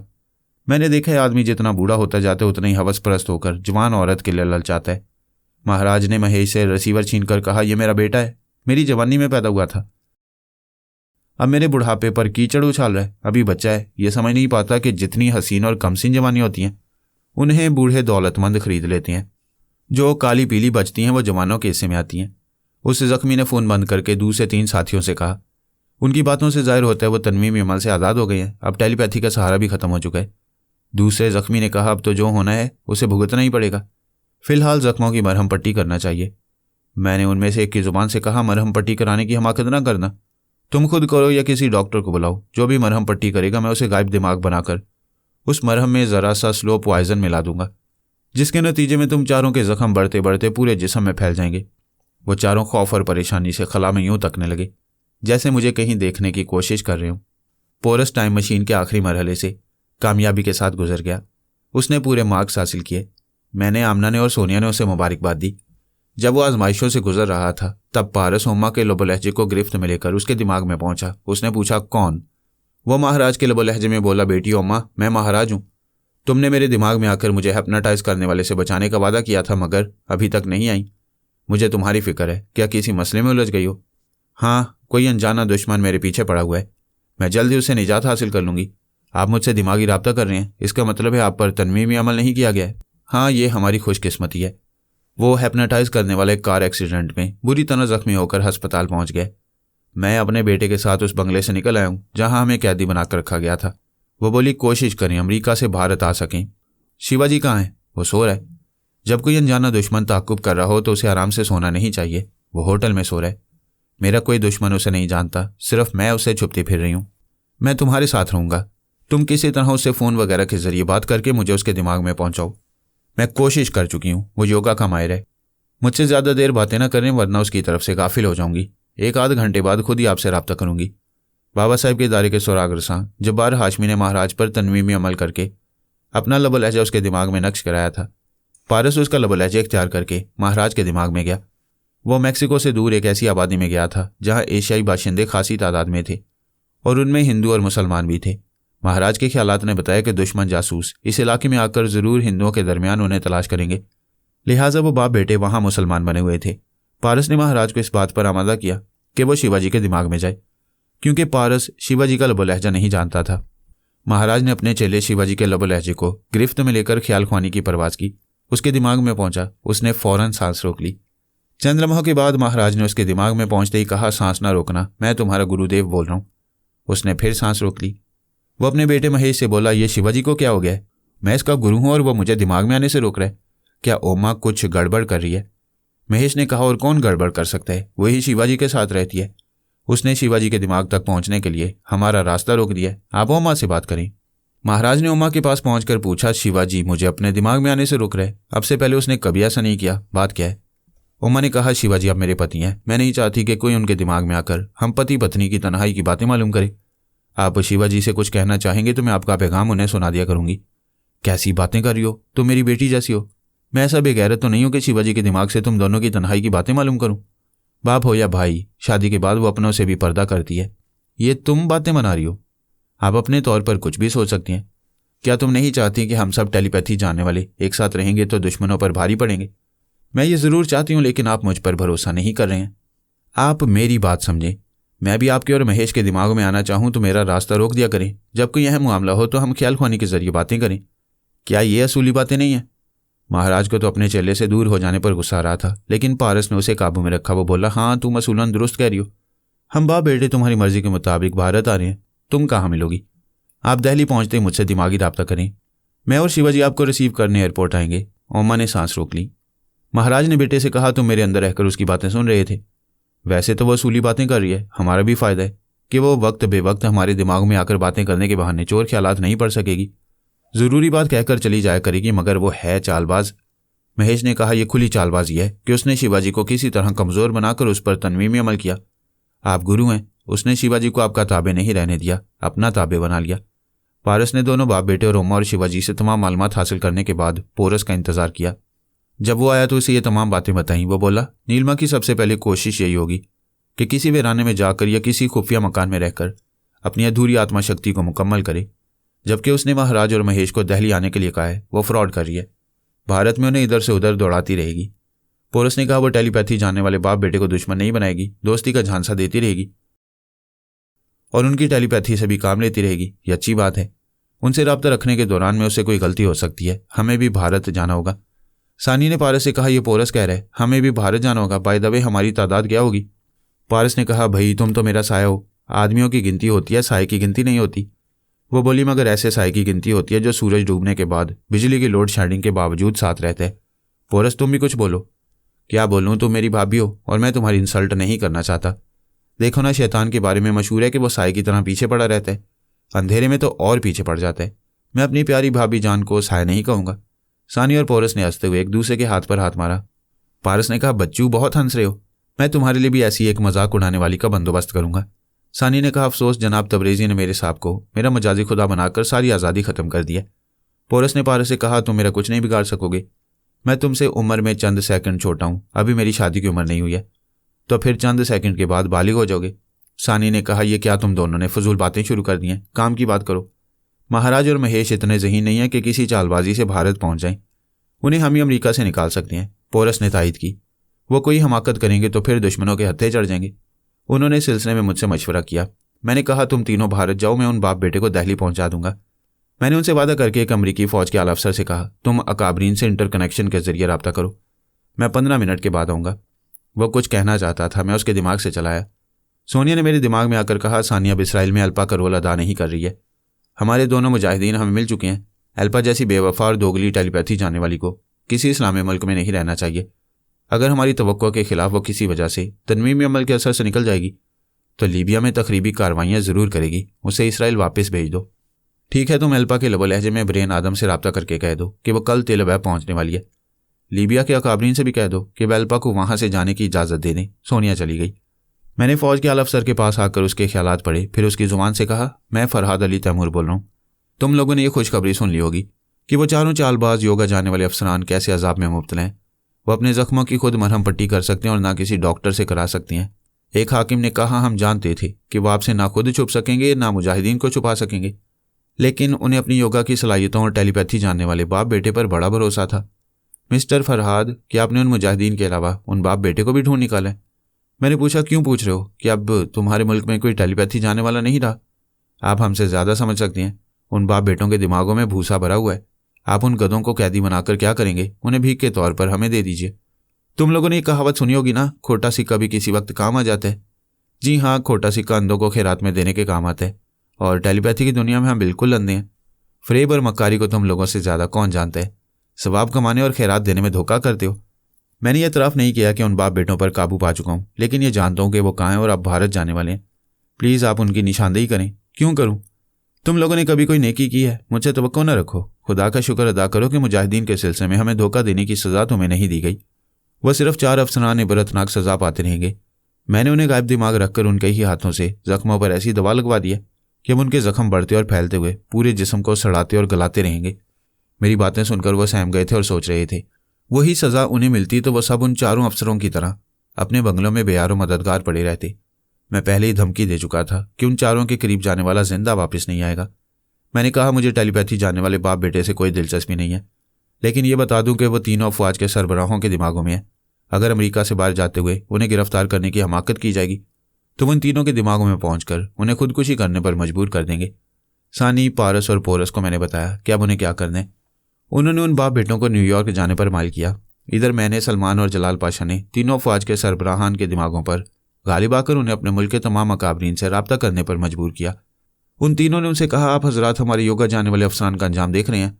अब वो महाराज और महेश हमारे दिमागों में आकर धमकियां दे रहे हैं कि न्यूयॉर्क से एशियाई ममालिक को जाने वाली किसी भी फ्लाइट के मुसाफिर की तस्वीर एंटी मेकअप कैमरों से न ली जाए और ना उन्हें यहाँ से जाने से रोका जाए, वरना हम मजबूर होकर अपने हथियारों से खुदकुशी कर लेंगे। वो काबरीन भी ये नहीं चाहते थे कि तीनों अफवाज के सरबराहान को ख्वामखा सजाए मौत मिले। उन्होंने न्यूयॉर्क की पुलिस और इंटेलिजेंस को समझा दिया कि एशियाई ममालिक की तरफ जाने वाले किसी भी मुसाफिर को ना रोका जाए। इस तरह उन बाप बेटों के अलावा मुजाहिदीन आजम फरहाद गिलानी और कासिम बिन हशाम भी बासानी मुल्क से बाहर चले गए। जब मैं सोनिया के साथ लीबिया से पेरिस जा रहा था तो हमें एक बूढ़ी अफगानी औरत मिली थी। उसने हमें बताया था कि अफगानिस्तान की खाना जंगी में उसका जवान बेटा और ख़ानदान के कई अजीज़ और कारब हलाक कर दिए गए हैं। सोनिया ने मुझसे कहा था वो मजलूम अफगानी औरत बूढ़ी नहीं बल्कि भरपूर जवान है। उसने इतनी महारत से मेकअप और गेटअप किया था कि सचमुच बूढ़ी लगती थी। मैंने उसके ख्यालात पढ़े तो मालूम हुआ कि वो इटली के एक कैंप में सुरागरसां और जदीद तरीन हथियार इस्तेमाल करने की तरबियत हासिल कर चुकी थी। उसकी तरह की और कई अफगानी औरतें और मर्द बड़ी बड़ी रकम हासिल करने के लालच में गैर मुल्की दुश्मनों के आलाकार बने हुए थे। जो बूढ़ी बनी हुई थी उसका नाम महरोज था। वो कैंप में तरबियत हासिल कर चुकी थी और अब मुजाहिद आजम मरहबा तौसीफ को कत्ल करने या कराने के लिए अफगानिस्तान जा रही थी। मैंने सानी सना और जलाल पाशा वगैरह को महरोज के दिमाग में पहुंचा दिया था। फिर मेरा और सोनिया का सफ़र पेरिस पहुंचकर ख़त्म हो गया, लेकिन ख्याल ख्वानी के जरिए महरोज के बारे में मालूमात हासिल की जा रही थी। उसी दिन जोहर की नमाज के बाद जनाब तबरेज़ी ने कहा था कि आर्जी तौर पर कॉन्फ्रेंस मुलतवी की जा रही है क्योंकि इस्लाम के दुश्मन बाबा साहब के इदारे को तबाह करने की नापाक साजिशें कर रहे हैं। उन्होंने अली को हदायत दी थी कि वह फ़ौरन अफगानिस्तान चला जाए। फहमी ट्रांसफार्मर मशीन से गुजरकर टेलीपैथिक इल्म हासिल करके आधी रात या दूसरी सुबह तक अली के पास पहुंच जाएगी। सानी और सना ने अली से कहा था जब तक फहमी उसके पास नहीं पहुंचेगी वो दोनों ख्याल ख्वानी के जरिए अली के पास जाती आती रहेंगी और अफगानिस्तान में उसे बताएंगी कि महरोज किस इलाके में किन लोगों के साथ है। अगरचे महरोज एक बूढ़ी बनकर तनहा गई थी, लेकिन अफगानिस्तान में उसके कई ऐसे साथी थे जो मुखालिफ कैंप में ट्रेनिंग हासिल कर चुके थे। उनमें से 5 साथियों ने महरोज का इस्तकबाल किया, फिर उसे अपने साथ फरहा के इलाके में ले आए। ये इलाका मशरक़ी ईरान के करीब है। तालिबान और ईरान के दरमियान कुछ इसी किस्म की कशीदगी थी जैसा कि आम मुस्लिम ममालिक के दरमियान है।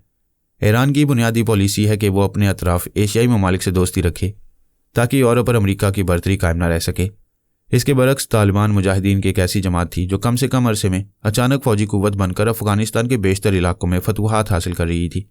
ये एक राज था कि इस जमात को महंगे और जदीद तरीन हथियार और जंगी हथियार कहाँ से हासिल हो रहे हैं और मदरसों में पढ़ने वाले तालिबान को जदीद हथियार का इस्तेमाल और जंगी हिकमत अमली कौन सिखा रहे।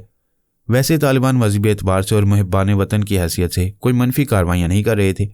हम जैसे टेलीपैथी जानने वाले भी कुछ जाने के बावजूद उनके बारे में बहुत कुछ जानने से कासिर रहे थे। महरोज ने अपने साथियों से कहा, पूरे अफगानिस्तान का नक्शा मेरे जहन में है। तुम लोग इस इलाके फ़रा में इसलिए आए हो कि यहाँ तालिबान का कब्जा है और सरहद पार ईरान है। हमारा दुश्मन मरहबा तौसीफ या तो तालिबान की पनाह में रहेगा या फिर पनाह लेने ईरान चला जाएगा। एक साथी ने कहा, दुरुस्त समझ रही हो, मरहबा के लिए पाकिस्तान यहाँ से दूर और ईरान नज़दीक है। मरहबा को यहाँ खतरा महसूस होगा तो वह ईरान जाएगा। दूसरे साथी ने कहा, तालिबान के कैंप में बड़ा सख्त पैर है। उन्होंने हमें अफगानी तस्लीम करके यहाँ क्याम करने की इजाज़त दी है, लेकिन कैंप के अंदर जाने की इजाज़त नहीं देते। तीसरे साथी ने कहा, यहाँ किसी मरहबा के लिए खतरा पैदा किया जाए तो वो ईरानी सरहद की तरफ भागेगा। ऐसे वक्त हम उसे गोलियों से छलनी कर देंगे। महरोज ने कहा, हम सब अफगानी हैं, लेकिन अफगानी रवायात को भूल रहे हैं। यहाँ मरहबा के लिए खतरा पैदा किया जाएगा तो तालिबानों से सख्त पहरे में रखकर किसी दूसरे इलाके के कैंप में चले जाएंगे, लेकिन उसे ईरान नहीं जाने देंगे क्योंकि अफगानी अपने मेहमानों की खुद हिफाजत करते हैं। मेहमान पनाह के लिए दूसरे कबीले में चला जाए तो अपनी तौहीन समझते हैं। मैं यकीन से कहती हूँ कि मरहबा तौसीफ को ईरान नहीं जाने देंगे। चौथे साथी ने हंसते हुए कहा, हम ख्वामखा बहस कर रहे हैं। अभी तक ये तस्दीक नहीं हो सकी है कि मरहबा तौसीफ यहाँ तालिबान के कैंप में है या नहीं। फिर हम में से किसी ने मरहबा तौसीफ को देखा नहीं है, सिर्फ उसकी तस्वीरें देखी हैं। बेहतर है पहले उसकी यहाँ मौजूदगी की तस्दीक की जाए। शाम से पहले अली कोयटा पहुँच गया। वहाँ से एक पजारो खरीद कर अफगानिस्तान की सरहद में दाखिल हो गया। कोयटा में पजारो और लैंड क्रूज़र जैसी चोरी की हुई गाड़ियाँ सस्ते दामों मिल जाती थीं। अली के पास पाकिस्तान का पासपोर्ट और दीगर अहम शनाख्ती कागजात थे। वो पहले भी एक तवील अरसे तक लाहौर में रह चुका था। उसने अफगानिस्तान की चेक पोस्ट पर अपने कागजात दिखाए, खुद को एक सहाफ़ी साबित किया और कहा कि वह ऐसे इलाकों से गुजरेगा जहाँ तालिबान गालिब आ चुकी हैं।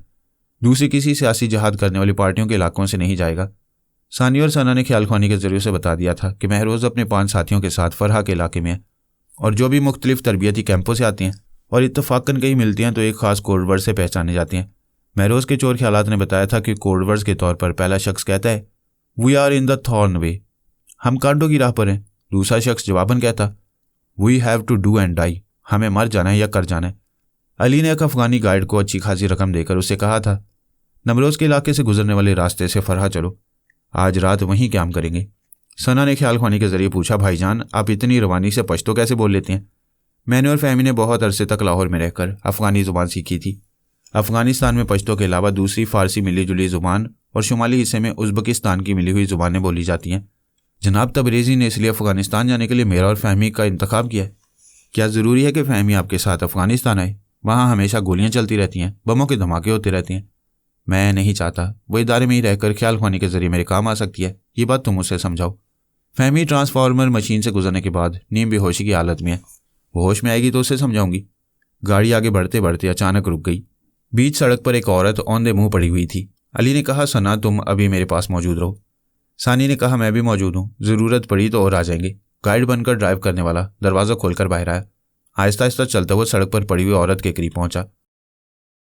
मुसाफिरों को लूटने वालों ने पुराना तरीका इख्तियार किया था। ड्राइवर ने जैसे ही झुककर उस औरत को सीधा किया तो वो जिंदा थी, बल्कि जिंदा था। वो रिवॉल्वर उसके सीने पर रखकर बोला, गाड़ी में माल क्या है? सड़क के दोनों किनार वाली झाड़ियों से 6 अफगानी कलाशनकोफ लिए नमूदार हुए। इतनी देर में सानी मुझे और सलमान को बुला लाई थी, क्योंकि इसके अलावा हम भी वहां की जुबानें जानते थे। झाड़ियों से निकलने वाले डाकुओं के लीडर ने ऊंची आवाज में कहा, जितने मुसाफिर गाड़ी के अंदर हैं वो खाली हाथ बाहर आ जाएं। मैंने उसके जरिए दूसरे डाकू साथियों को मुखातिब करने पर माइल किया। वे एक दूसरे से मोहतात रहने के लिए बोलते रहे। ये भी कहते रहे कि यह तालिबान में से किसी की गाड़ी होगी तो इसमें हथियार और बम ब्लास्टिंग का सामान भी होगा। लीडर ने फिर ललकार कर कहा, बाहर आओ, वरना हम ग्रेनेड के जरिए तुम्हारी गाड़ी के परखच्चे उड़ा देंगे। अंधेरे में सिर्फ 2 हेडलाइट्स रोशन थी। गाड़ी के अंदर कुछ नजर नहीं आ रहा था। अली ने कहा, मैं बाहर नहीं आ सकता, मजबूर हूं, मुझे यहाँ रस्सियों से बांधा गया है, मेरी मदद करो। लीडर ने 2 आदमियों को हुक्म दिया कि वो गाड़ी की तरफ जाकर गाड़ी के अंदर देखें। औरत बनकर सड़क पर रहने वाले ने अपना रिवॉल्वर अली के गार्ड को देकर कहा, इसकी ज़रूरत तुझे है, क्योंकि अब गोलियां चलने वाली हैं। मैंने उसे मजबूर किया था कि वो अपना रिवॉल्वर गार्ड को दे। उधर गाड़ी के करीब आने वालों को अली ने निशाने पर रखकर गोलियां चलाईं। करीब आने वाले वहीं ढेर हो गए। दूसरी तरफ झाड़ियों के पास भी मुसलसल फायरिंग हो रही थी। सानी, सलमान और मैं मुख्तलिफ दिमागों में जाकर दुश्मनों के हथियारों से दुश्मनों को ही हलाक कर रहे थे। चंद मिनट के बाद ही खामोशी छा गई। उन दुश्मनों में से कोई एक दूसरे पर गोलियां चलाने वाला नहीं रहा। सिर्फ वो औरत का लिबास पहनने वाला जिंदा रह गया। गार्ड उसे पकड़कर अली के पास लाया। अली ने पूछा, तुम लोग मुसाफिरों को लूटते हो और खुद को मुजाहिदीन कहते हो? वो सहम कर बोला, मैं कसम खाकर कहता हूँ हम मुजाहिदीन हैं और मुसाफिरों से माल लूटकर इस रकम से असलिया खरीदते हैं। ये जिहाद नहीं, डकैती है, और तुम लोग ऐसी हरकतें करके तालिबान जैसे मुजाहिदीन को बदनाम करते हो। ये कहकर उसने उसे भी गोली मार दी। गाइड ड्राइवर ने स्टीयरिंग सीट पर आकर गाड़ी स्टार्ट की, फिर वो आगे चल पड़े। हम सब वापस चले गए। सिर्फ सना अली के पास रह गई। महरोज और उसके 5 साथी फरा के एक मकान में थे। तालिबान के कमांडर को बताया गया था कि वो सब पैदाइशी अफगानी हैं। रोजगार के लिए पाकिस्तान के शहर कोयटा गए थे। उन 5 के साथ एक ज़ईफ खातून है जिसका जवान बेटा और कई रिश्तेदार इस मुल्क में खाना जंगी के बायस हलाक हो चुके हैं। उनके बारे में मुतमईन होकर कमांडर ने उन्हें 1 रात और 1 दिन क्याम करने की इजाज़त दी और रात को अपने साथ खाने की दावत भी दी। महरोज ने कहा, यही मौका अपने मेज़बान कमांडर को तोहफा दिया जाए। मुल्की हालात के पेश नज़र यहाँ सबसे कीमती तोहफा असलहा होता है। कमांडर को जदीद तर्ज की शॉटगन दी जाए जिसके बुलेट केस में नन्हा सा जासूस आला छुपा हुआ हो। सबने तायद की। वह सब दावत से वापस आकर उस जासूस आले के जरिए हेडफोन से कमांडर वगैरह की बातें सुन सकते थे। वो जदीद तर्ज की शॉटगन एक छोटे से खूबसूरत ब्रीफ केस में रखी हुई थी। सानी ने एक शख्स के दिमाग पर कब्जा जमाया। जब वो कमरे में तन्हा था तब उसने बुलेट केस में से उस आले को निकालकर खिड़की के बाहर दूर फेंक दिया। वहां रात का खाना नमाज ईशा के बाद हुआ करता था। उस वक्त तक अली वहां पहुंच गया। कई तालिबान ने उसकी और गाड़ी की तलाशी ली। अली के पास से सिर्फ एक रिवॉल्वर बरामद हुआ। उसने पश्तो जुबान में कहा, मैं कराची में फलों का ताजिर हूँ। अफगानिस्तान की तरह कराची में भी गोलियां और गोले बरसते हैं। मैंने सोचा जब मरना ही है तो फिर मैं अपने वतन में जाकर जान दूंगा। मेरे रिश्तेदार और अजीज काबुल से 100 किलोमीटर दूर परवेज़ आबाद में रहते हैं। उन्होंने उसके कागजात वगैरह भी देखे। फिर मुतमईन होकर कमांडर को इतला दी कि एक ही मुसाफिर है और वो आबा अजदाद के ज़माने से अफगानी है। उसने सिर्फ अपनी हिफाजत के लिए एक रिवॉल्वर रखा है। वह रिवॉल्वर जब्त कर लिया गया। दूसरी सुबह वो काबुल की तरफ जाएगा तो उसका रिवॉल्वर उसे वापस कर दिया जाएगा। अली को भी उस बड़े मकान में क़याम के लिए कमरा दिया गया जहाँ महरोज अपने 5 साथियों के साथ थी। वो सब उसे टटोलती हुई नज़रों से देखते रहे और तरह तरह के सवालात करते रहे। अली उन्हें जवाबात देकर मुतमईन करता रहा। सना ने उसे कहा, भाईजान मैं बारी बारी इनके दिमागों में जा रही हूँ। पहले आप पर शुबा कर रहे थे कि आप मुजाहिद आज़म मरबा तौसीफ के जासूस हो सकती हैं, लेकिन अब ये किसी हद तक मुतमईन हो गए हैं। ये कभी शुबा नहीं कर सकेंगे। मैं इन्हें झांसा देता रहूँगा। तालिबान के कमांडर की तरफ से रात के खाने में अली को भी शरीक किया गया। वो 5 भी थे। महरोज को खवातीन के पास भेज दिया गया। उन 5 में से एक ने कमांडर से कहा, मैं इस शॉटगन को तोहफे के तौर पर खुद अपने हाथों से पेश करना चाहता था, लेकिन तालिबान ने हमसे तमाम हथियार ले लिए थे। कमांडर ने कहा, कोई बात नहीं, आपका वो तोहफा मुझे मिल गया है और मुझे बेहद पसंद आया। आपके तोहफे का बहुत बहुत शुक्रिया। खाने के दौरान में कमांडर और उसके मुशीर हमसे तरह तरह के सवालात करते रहे। हम भी उनसे अफगानिस्तान के हालात हाजरा पर गुफ्तगू करते रहे और फिर खाने के बाद उनसे रुखसत होकर अपनी क़यामगाह पर वापस आ गए। महरोज अपने बुढ़ापे और बीमारी का बहाना करके पहले ही चली आई थी और एक कमरे में कानों से हेडफोन लगाए कमांडर वगैरह की बातें सुनने की कोशिश कर रही थी। हमारी आमद पर उसने दरवाज़ा खोला। आप तो हम जवां मर्दों से ज़्यादा फुर्तीली हैं, हमसे पहले ही वापस आ गई। वैसे आप कुछ परेशान नजर आ रही हैं। वो बोली, मैं कुछ बीमार हूँ, ये सब मेरी देखभाल करने वाले हैं। आप परेशान ना हो, अपने कमरे में जाकर आराम करें। मैं अपने कमरे में आ गया। महरोज ने अपने कमरे के दरवाजे को बंद करके धीमी आवाज में साथियों से कहा, इस आले से किसी की आवाज़ सुनाई नहीं दे रही है। तुम लोगों ने उस शॉटगन को चेक किया था? क्या उसमें जासूस आला था? एक ने कहा, बिल्कुल था, मैंने अपने हाथ से उस आले को सेट किया था। उन तीनों ने देखा है, फिर हमने सफ़र के दौरान में आजमाया था। हमें उसके जरिए अपने एक साथी की आवाज़ें सुनाई दी थी। महरोज ने पूछा, क्या वो आला किसी वजह से अलग होकर कहीं गिर सकता है? सवाल ही पैदा नहीं होता। आले को ग्लू से चिपकाया गया था, वो कभी निकल नहीं सकता। फिर आवाज़ क्यों नहीं आ रही? वो सब बारी बारी हेडफोन को कान से लगाकर सुनने की नाकाम कोशिशें करने लगे और हैरान होने लगे कि जासूस आला काम क्यों नहीं कर रहा। एक अंदेशा यह था कि कमांडर चालाक होगा और जदीद साइंसी आलात को समझता होगा, तो उसने शॉटगन में लगे हुए आले को पहचान कर नाकारा बना दिया होगा और उन पांचों की दुश्मनी उस पर जाहिर हो गई होगी। हो सकता है रात की तारीकी में तालिबान ने इस मकान को घेर लिया हो और सुबह उन्हें गोली मारने वाले हों। वो सब एक कमरे में परेशान थे। अली इस मकान से बाहर आकर एक खिड़की से ज़रा दूर उस नन्हे से आले को उठाकर ले आया। उसने बैरूनी दरवाजे को अंदर से बंद किया, फिर उसने बड़े कमरे के दरवाजे पर दस्तक दी। वो लोग अंदर परेशान होकर बातें कर रहे थे। दस्तक सुनकर सहम गए। अली ने फिर दस्तक देकर कहा, दरवाज़ा खोलो, मैं फलकनाज खान हूँ। दरवाज़ा खुल गया। खोलने वाले ने पीछे हटकर पूछा, क्या बात है, क्यों आए हो? अली ने कहा, मैं टॉयलेट जाना चाहता हूँ, मगर टॉयलेट जाने का रास्ता इस बड़े कमरे से जाता है। मैंने सोचा शायद तुम लोग सो गए हो, इसलिए मैं बाहर अंधेरे में चला गया। जब वापस आने लगा तो मैंने 2 तालिबान को गन लिए एक दरख्त के पीछे देखा। उनमें से एक कह रहा था, यहाँ पहले आने वाले वो 5 जासूस हैं। उन्होंने शॉटगन में जासूस आला लगा कर दिया था। ये बात वो कमांडर से कहना चाहते थे, लेकिन कमांडर कुछ साथियों के साथ किसी मोर्चे पर गया है। सुबह वापस आएगा तो वो जासूसी आला उसके सामने पेश किया जाएगा, फिर तुम 5 को गोलियों से छलनी कर दिया जाएगा। वो सहम कर एक दूसरे को देखने लगे। अली ने कहा, घबराने की ज़रूरत नहीं है, मैंने उन 2 तालिबान को बड़ी खामोशी से हलाक कर दिया है। ये देखो, ये वही जासूस आला है ना? अली ने वाला दिखाया तो सभी तायद में सारे लाने लगे। अली ने कहा, मुझे यकीन हो गया कि हम सब एक हैं, गैर मुल्की जासूस हैं। मैं कोड वर्ड्स कहकर और तुम्हारा जवाब सुनकर मुतमईन होना चाहता हूँ। ये कहकर उसने कोड वर्ड्स अदा किए, we are on the thorn way. वह सब खुश हो गए। एक ने जवाबन कहा, we have to do or die. फिर वो 5 खुशी से मुसाफिया करने लगे। अली ने कहा, वक्त बर्बाद न करो, तुम 5 के खिलाफ दूसरे तालिबान को भी ये बात मालूम होगी। यहाँ उनकी तादाद कम है, इसलिए उन्होंने सिर्फ 2 तालिबान को यहाँ तुम्हारी निगरानी के लिए भेजा था। मैंने उन्हें हलाक करके पहाड़ी के नीचे फेंक दिया है। अभी रास्ता साफ है, जितनी जल्दी हो सके यहाँ से भाग जाओ। महरोज ने पूछा, और तुम? मुझ पर किसी को शुबा नहीं होगा, क्योंकि मैं बाद में आया हूँ। मेरे पास पक्के कागजात और पक्के सबूत हैं। वह मुझे फलों का व्यापारी ही समझेंगे। वह सब अपना मुख्तसर सा सामान समेटने लगे। महरोज ने कहा, हम गाड़ी चलाकर जाएंगे तो उसकी आवाज़ दूसरे तालिबान तक पहुंचेगी, फिर वो हमें फरार होने का मौका नहीं देंगे। अली ने कहा, तुम बूढ़ी हो मगर हालात से मजबूर हो, यहाँ से दबे पहुंच जाना होगा। रात ही रात जितनी दूर यहाँ से जा सको उतनी ही जिंदगी की जमानत मिल सकेगी। एक ने कहा, हम सब जाएंगे, तुम यहाँ तनहा रहकर अपने लिए जान का खतरा मोल लोगे। मेरी तन्हाई और खतरे की बात ना करो, क्या तुम सब खतरात से खेलने नहीं आए हो? उन्होंने हाँ के अंदाज में सर हिलाया। अली ने कहा, अभी तक ये तस्दीक नहीं हुई है कि उन्होंने अपने मुजाहिद मरबा तौसीफ को इसी कैंप में छुपा कर रखा है या वो किसी दूसरे कैंप में है। मैं जान हथेली पर लेके आया हूँ, तस्दीक के बगैर यहाँ से नहीं जाऊँगा। अगर वो मरहबा यहाँ होगा तो उसे जिंदा नहीं छोड़ूंगा। तुम सब फौरन यहाँ से जाओ। अली के कमरे को छोड़कर तमाम कमरों की बत्तियां बुझा दी गईं। एक ने बैरूनी दरवाजे को खोलकर बाहर दूर दूर तक देखा। अंधेरे में भला क्या दिखाई देता। उन सब ने कान लगाकर आहटें सुनने की कोशिश की, फिर सभी दबे कदमों वहां से जाने लगे। सना ने कहा, भाईजान आपके ख्यालात बता रहे हैं कि आप पापा से बातें करेंगे, मैं अभी बुलाती हूँ। चंद लम्हों के बाद मैं अली के पास पहुंच गया। उसने मुझे मुख्तसर हालात बताए। मैं कमांडर के दिमाग में पहुंचा। वो सो रहा था। मैंने उसे जगाकर पूछा, क्या तुमने फरहाद अली तैमूर का नाम सुना है? वो बोला, ये नाम तमाम तालिबान और तमाम कमांडोज जानते हैं और उनके एहसानात मानते हैं। एक मुसलमान दूसरे मुसलमान के काम आए तो यह एहसान नहीं होता, दीनी फरीज़ा होता है। इस वक्त भी अहम फ़र्ज़ अदा करने के लिए आपको ज़हमत दी है। आज आपने 6 मेहमानों की तवाज़ो की, उनमें से सिर्फ एक मेहमान फलकनाज खान सच्चा और दयानतदार है। बाकी 5 मर्द और एक बूढ़ी औरत मेहमान गैर मुल्की जासूस हैं। वो बोला, या खुदा, मेरी आस्तीन में सांप है। मैंने कहा, आगे सुने। वो दावत के बहाने आपके कैंप में आए और ये मालूम कर लिया कि मुजाहिद आज़म मरबा तौसीफ आपके कैंप में नहीं है, किसी दूसरे कैंप में छुपा हुआ है। लिहाजा वो 5 उस बूढ़ी के साथ अभी आपका मेहमान खाना छोड़कर भाग रहे हैं। रात को गाड़ियों का शोर होगा, इसलिए वो पैदल फरार हो रहे हैं। आप फौरन तालिबान को उनके ताक़ुब में भेजें, वो ज़्यादा दूर नहीं गए होंगे। वो तालिबान को बुलाकर हदायत देने लगा।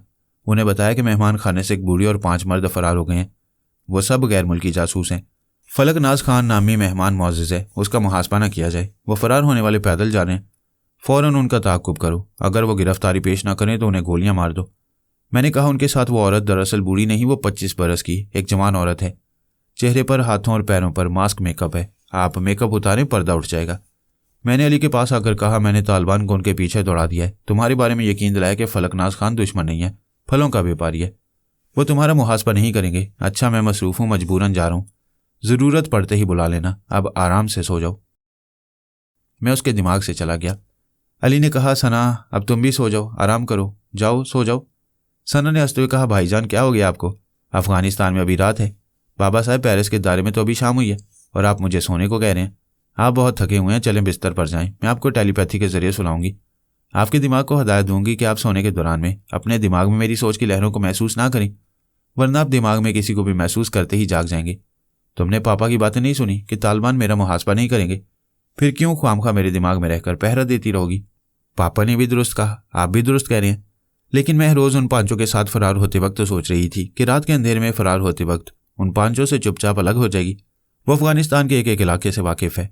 अली ने कहा, वो हराम मौत मरेगी। खेतों में और मैदानी इलाकों में पता नहीं कहाँ कहाँ हज़ारों बारूदी सुरंगें बिछाई गई हैं। किसी भी बारूदी सुरंग पर पाँव रखेगी तो उसके चीथड़े उड़ जाएंगे। वो बहुत चालाक है। उसके लिबास के अंदर असलहा और बारूद चेक करने वाला आला है। आले से हल्का सा अलार्म सुनाई देते ही पता चल जाता है कि 2-4 कदम के फासलों पर बारूदी सुरंग है। वो जहन्नुम में जाए, मुझे तो कोई खतरा नहीं है।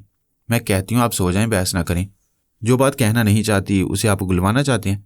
अच्छा, तो मुझसे कोई बात छुपा रही हो? चलो बताओ क्या बात है, वरना बिस्तर पर नहीं जाऊँगा। आप अच्छे भाईजान नहीं हैं, अपनी बहन की एक बात नहीं मानती हैं। मैं आपसे बात नहीं करूँगी। मैं वादा करता हूँ तुम्हारी बात मान लूँगा और सो जाऊँगा। लेकिन ये बता दो क्या छुपा रही हो? आप ज़ुबान के सच्चे हैं, सो जाएंगे ना? हाँ हाँ, सो जाऊँगा। भाईजान, बात यह है कि महरोज़ बहुत चालाक है। वो फरार होने और ताक़ुब करने वालों को फ़रेब देने के हथकंडे जानती है। वो सोच रही थी अगर फ़रार होने की जगह से आगे ना जाए, इसी फ़रार होने की जगह कहीं छुप जाए तो 2 फ़ायदे होंगे। एक तो तालिबान ताक़ुब में उन पांचों के पीछे जाएंगे। दूसरी अहम बात यह कि इस कैंप के करीब रहकर वो मरहबा तौसीफ़ की मौजूदगी की तस्दीक करते ही उसे गोली मार देगी। क्या इस तरह वो आपके लिए भी खतरा नहीं बनेगी? ख्वामखा बहस कर रहे हैं। मैं यहाँ आपके दिमाग में मौजूद रहूँगी। खुदा के लिए सो जाएं। अली ने कहा, बहन का प्यार भी क्या प्यार होता है। मैं ज़ुबान हार चुका हूँ, लो बिस्तर पर आ गया। आंखें बंद कर चुका हूँ, लेकिन मुझे सुलाने के बाद महरोज़ वाली बात पापा या सानी से ज़रूर कह देना। वो आंखें बंद कर चुका था। सना टेलीपैथी के जरिए उसके दिमाग को ज़रूरी हदायत देकर सुलाने लगी। वो थोड़ी देर बाद गहरी नींद सो गया। सना अपने वादे के मुताबिक मुझे और सानी को महरोज़ के मुतालिक ज़रूरी बातें बताकर फिर अली के ख्वाबीदा दिमाग में आ गई। उसकी आमद के बावजूद उसकी हदायत के मुताबिक अली ने उसकी सोच की लहरों को महसूस नहीं किया। बड़े सुकून से सोता रहा।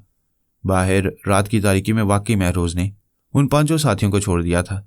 भागते रहने के दौरान में वो सबसे पीछे थी। रास्ता बदलकर कब अलग हो गई उसके साथियों को पता न चला। पहले वो एक सड़क के किनारे भाग रहे थे।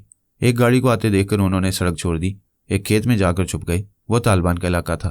तालिबान ही की गाड़ियाँ आती जाती रहती थी। वो किसी से लिफ्ट लेते तो फिर चूहेदान में जाकर फंस जाते। उनमें से एक ने पूछा, महरोज़ कहाँ है? वो नज़र नहीं आई। सबको अपनी जान की पड़ी थी। वो उसे तलाश करने में वक्त ज़ाया नहीं कर सकते थे। उस खेत से गुजरने लगे। खेत भी क्या थे, कहीं कहीं थोड़ी सी फसल नजर आती थी। बाकी फसल उगाने वाले मारे जा चुके थे। सूखे खेत पड़े हुए थे। वो बेतहाशा दौड़ते जा रहे थे। उसी वक्त एक जोरदार धमाका हुआ। उनमें से 3 के पैर बारूदी सुरंग पर पड़े थे। रात के सन्नाटे में उनकी चीखें और धमाके सुनाई दिए। बारूदी सुरंगें मुख्तलिफ ताकत की होती हैं। वहां कम ताकत की बारूद बिछी हुई थी। उन तीनों में से किसी के पैर और किसी के हाथ जिस्म से अलग हो गए। वो अपाहिज बनकर तकलीफ की शिद्दत से तड़पने और चीखने लगे। बाकी साथी बच गए थे और अपने साथियों का अंजाम देखकर सकते में रह गए थे। उनका ताक़ुब करने वाले तालिबान धमाके की आवाज़ सुनकर उधर आए। उन्होंने सही सलामत रह जाने वाले 2 दुश्मनों से कहा, मौत से कोई नहीं भाग सका, तुम दोनों सलामत क्यों नजर आ रहे हो? एक ने पूछा, हमारी गोलियों से मरोगे या बारूदी सुरंग पर पैर रखोगे? दूसरे ने कहा, हमारी गोलियां ज़ाया न होने दो, अपने साथियों की तरह अपाहिज बनकर आधे जिंदा रहो और आधे मर जाओ। अचानक एक ने दुश्मन जासूस को लात मारी। वो अपना तवाज़न कायम न रख सका। लड़खड़ाता हुआ बारूदी सुरंग पर जा गिरा। धमाके के साथ उसके बदन के चीथड़े उड़ गए। आखिरी जासूस वहां से भागते हुए बोला, नहीं, मैं ऐसी मौत नहीं चाहता। ठाई की आवाज़ के साथ एक गोली चली और भागने वाला उछलकर ज़मीन पर गिरा। फिर ज़रा तड़पकर हमेशा के लिए ठंडा पड़ गया। तालिबान में से एक ने अपाहिज होने वाले से पूछा, एक मुसलमान मुजाहिद आज़म को हलाक करने आए थे, हमसे पहले कुदरत ने तुम्हें सज़ा दे दी। एक ने गिड़गिड़ा कर कहा, तुम्हें खुदा का वास्ता हमें गोली मार दो, ये अजाब बर्दाश्त नहीं हो रहा। यह अजाब कुदरती है, हम मुदाखलत नहीं करेंगे। ये बताओ वो बुढ़िया कहाँ है? हम नहीं जानते, वो तारीकी में हमसे बिछड़ कर किसी दूसरी तरफ चली गई है। वो तालिबान अपने असले को शानों से लटका कर वहां से जाने लगे।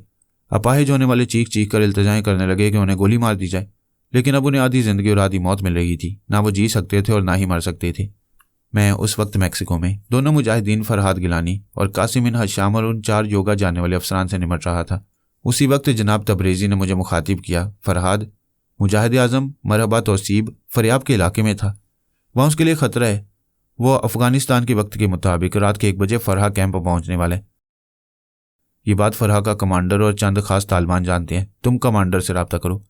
सिर्फ इतना कहकर चले आओ कि वो अपने मेहमान फलकनाज खान अली को अपना मोतमद खास के तौर पर कैंप में बुलाए और उसे हर जगह जाने की आज़ादी दे। तुम्हें वहाँ ज़्यादा मसरूफ़ रहने की ज़रूरत नहीं होगी।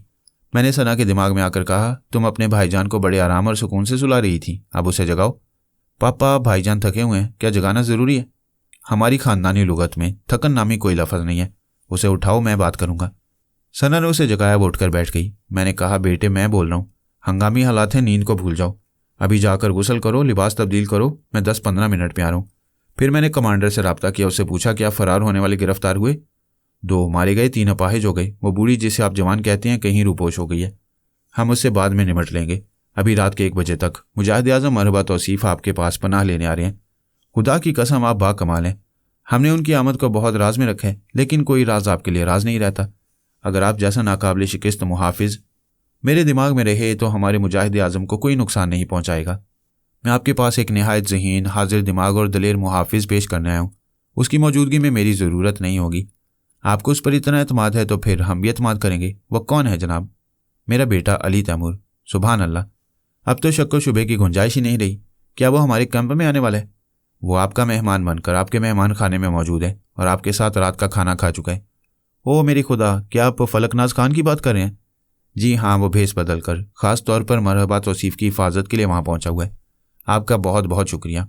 मैं अभी खुद मेहमान खाने जाऊँगा, वो मेरा भी बेटा है। अच्छा, मैं बहुत मसरूफ़ हूँ, मुझे इजाज़त दें। अल्लाह हाफिज़। मैंने अली के पास आकर कहा, मैंने कमांडर को बता दिया है कि तुम मेरे बेटे अली तैमूर हो। वो अभी आकर तुम्हें अपने साथ ले जाएगा। और सना, अब तुम्हारा काम ख़त्म हो चुका है, चलो जाओ और आराम करो। अली के साथ कोई दूसरा ख्याल ख्वानी करने वाला रहेगा। तुम कोई बहस ना करना, मैं बहुत मसरूफ़ हूँ, जा रहा हूँ। अल्लाह हाफिज़। मैं वहाँ से चला गया। कमांडर मेहमान खाने जाने के लिए तैयार हो रहा था। एक मातियत ने आकर इतला दी, आपकी हमशीरा तशरीफ़ लाई हैं। कमांडर ने हैरानी से पूछा, हमशीरा? कौन सी हमशीरा? वो आपकी चचाज़ाद हैं, कार में आई हैं।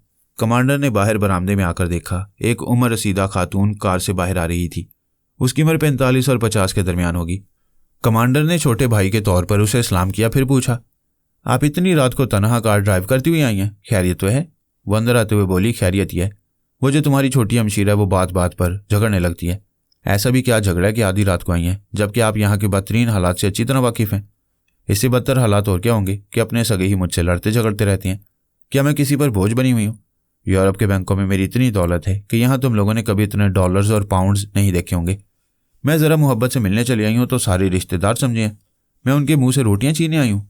कमांडर ने कहा, हम जानते हैं आप डॉलर्स के हिसाब से करोड़पति हैं, लेकिन आपके बाद यह दौलत किसके काम आएगी?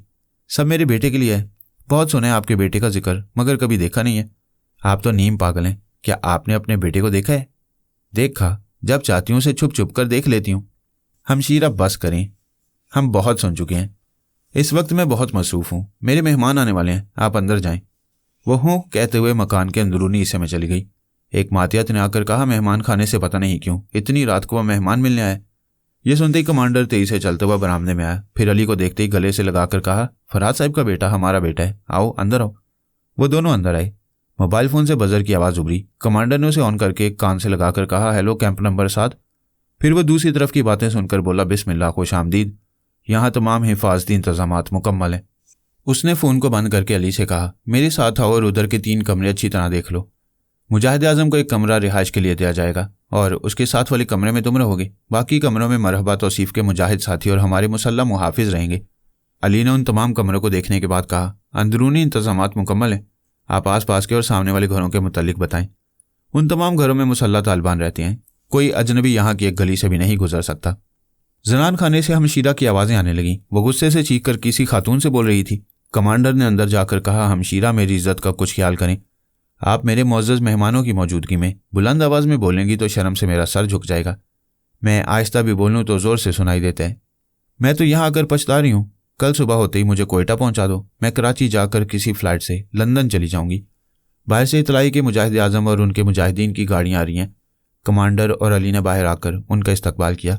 फिर मुजाहिद आज़म मरहबा तौसीफ़ को इज़्ज़त और एहतराम के साथ मकान के अंदर लाए।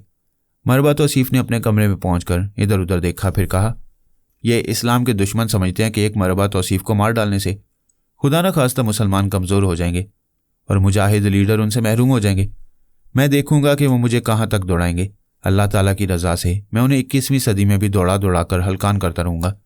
हिफाजती इंतजामात के मुताबिक मकान के पहले कमरे में मुसल्लह मुजाहिदीन और तालिबान थे, दूसरे कमरे में खुसूसी बॉडीगार्ड्स थे, तीसरे कमरे में कमांडर और अली के दरमियान मरहबा तौसीफ़ खड़ा हुआ बातें कर रहा था।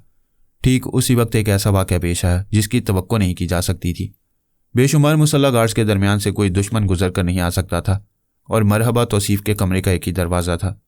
किसी दुश्मन के आने के लिए कोई दूसरा दरवाज़ा और खिड़की नहीं थी। हमने पलंग के नीचे भी देखा था, अलमारी खोलकर भी देखी थी। इसके बावजूद ये नहीं समझ सकते थे कि मरहबा तौसीफ़ के इस्तकबाल के लिए बाहर जाने के बाद कमरा चंद मिनटों के लिए खाली हो गया था और घर का भेदी लंका ढाने चला आ रहा था, बल्कि चली आई थी। यकबारगी पलंग के नीचे से हमशीरा लुढ़कती हुई निकली। निकलती एक फायर किया। गोली टारगेट से हटकर कमांडर को लगी। इससे पहले कि वो दूसरी गोली चलाती, अली मरहबा तौसीफ़ के सामने आकर ढाल बन गया। पीछे ही पीछे मरहबा तौसीफ़ को धकेलकर दरवाजे से लगाते हुए बोला, मैं रिवॉल्वर की सारी गोलियां अपने सीने पर खाऊंगा, फिर बता तेरे नाकाम मिशन का और तेरा अंजाम क्या होगा। वो बोली, एक माँ के अंजाम की परवाह बेटे को करना चाहिए। क्या तू चाहता है कि तेरी माँ नाकाम हो और ये लोग तुझ जैसे दलेर बेटे के होते हुए तेरी माँ को हराम मौत मार डालें? अली ने हैरानी से पूछा, क्या बकवास कर रही हो? ये बकवास होती तो मैं इतने एतमाद से जान हथेली पर रख कर ना आती। मैंने तुझे 9 माह तक अपने पेट में रखा है, तुझे अपना दूध पिलाया है, तू मेरा बेटा है। ऐसा बेटा कि तेरा ज़बरदस्त बाकमाल और मशहूर आलम बाप भी नहीं जानता कि तूने मेरी कोख से जन्म लिया है। मैं कलमा पढ़कर खुदा और रसूल सल्लल्लाहु अलैहि वसल्लम की कसम खाकर कहती हूँ कि तू मेरा बेटा है। अली हैरान परेशान सा होकर उसे तक रहा था। उसके एक हाथ में रिवॉल्वर था और वो दूसरा हाथ भीख मांगने के अंदाज में आगे बढ़ाकर कह रही थी, दे अली, मेरे दूध का हक मुझे दे। मैंने तुझे दूध दिया, तू इस मुजाहिद कहलाने वाले का खून दे, मेरे दूध का हक दे।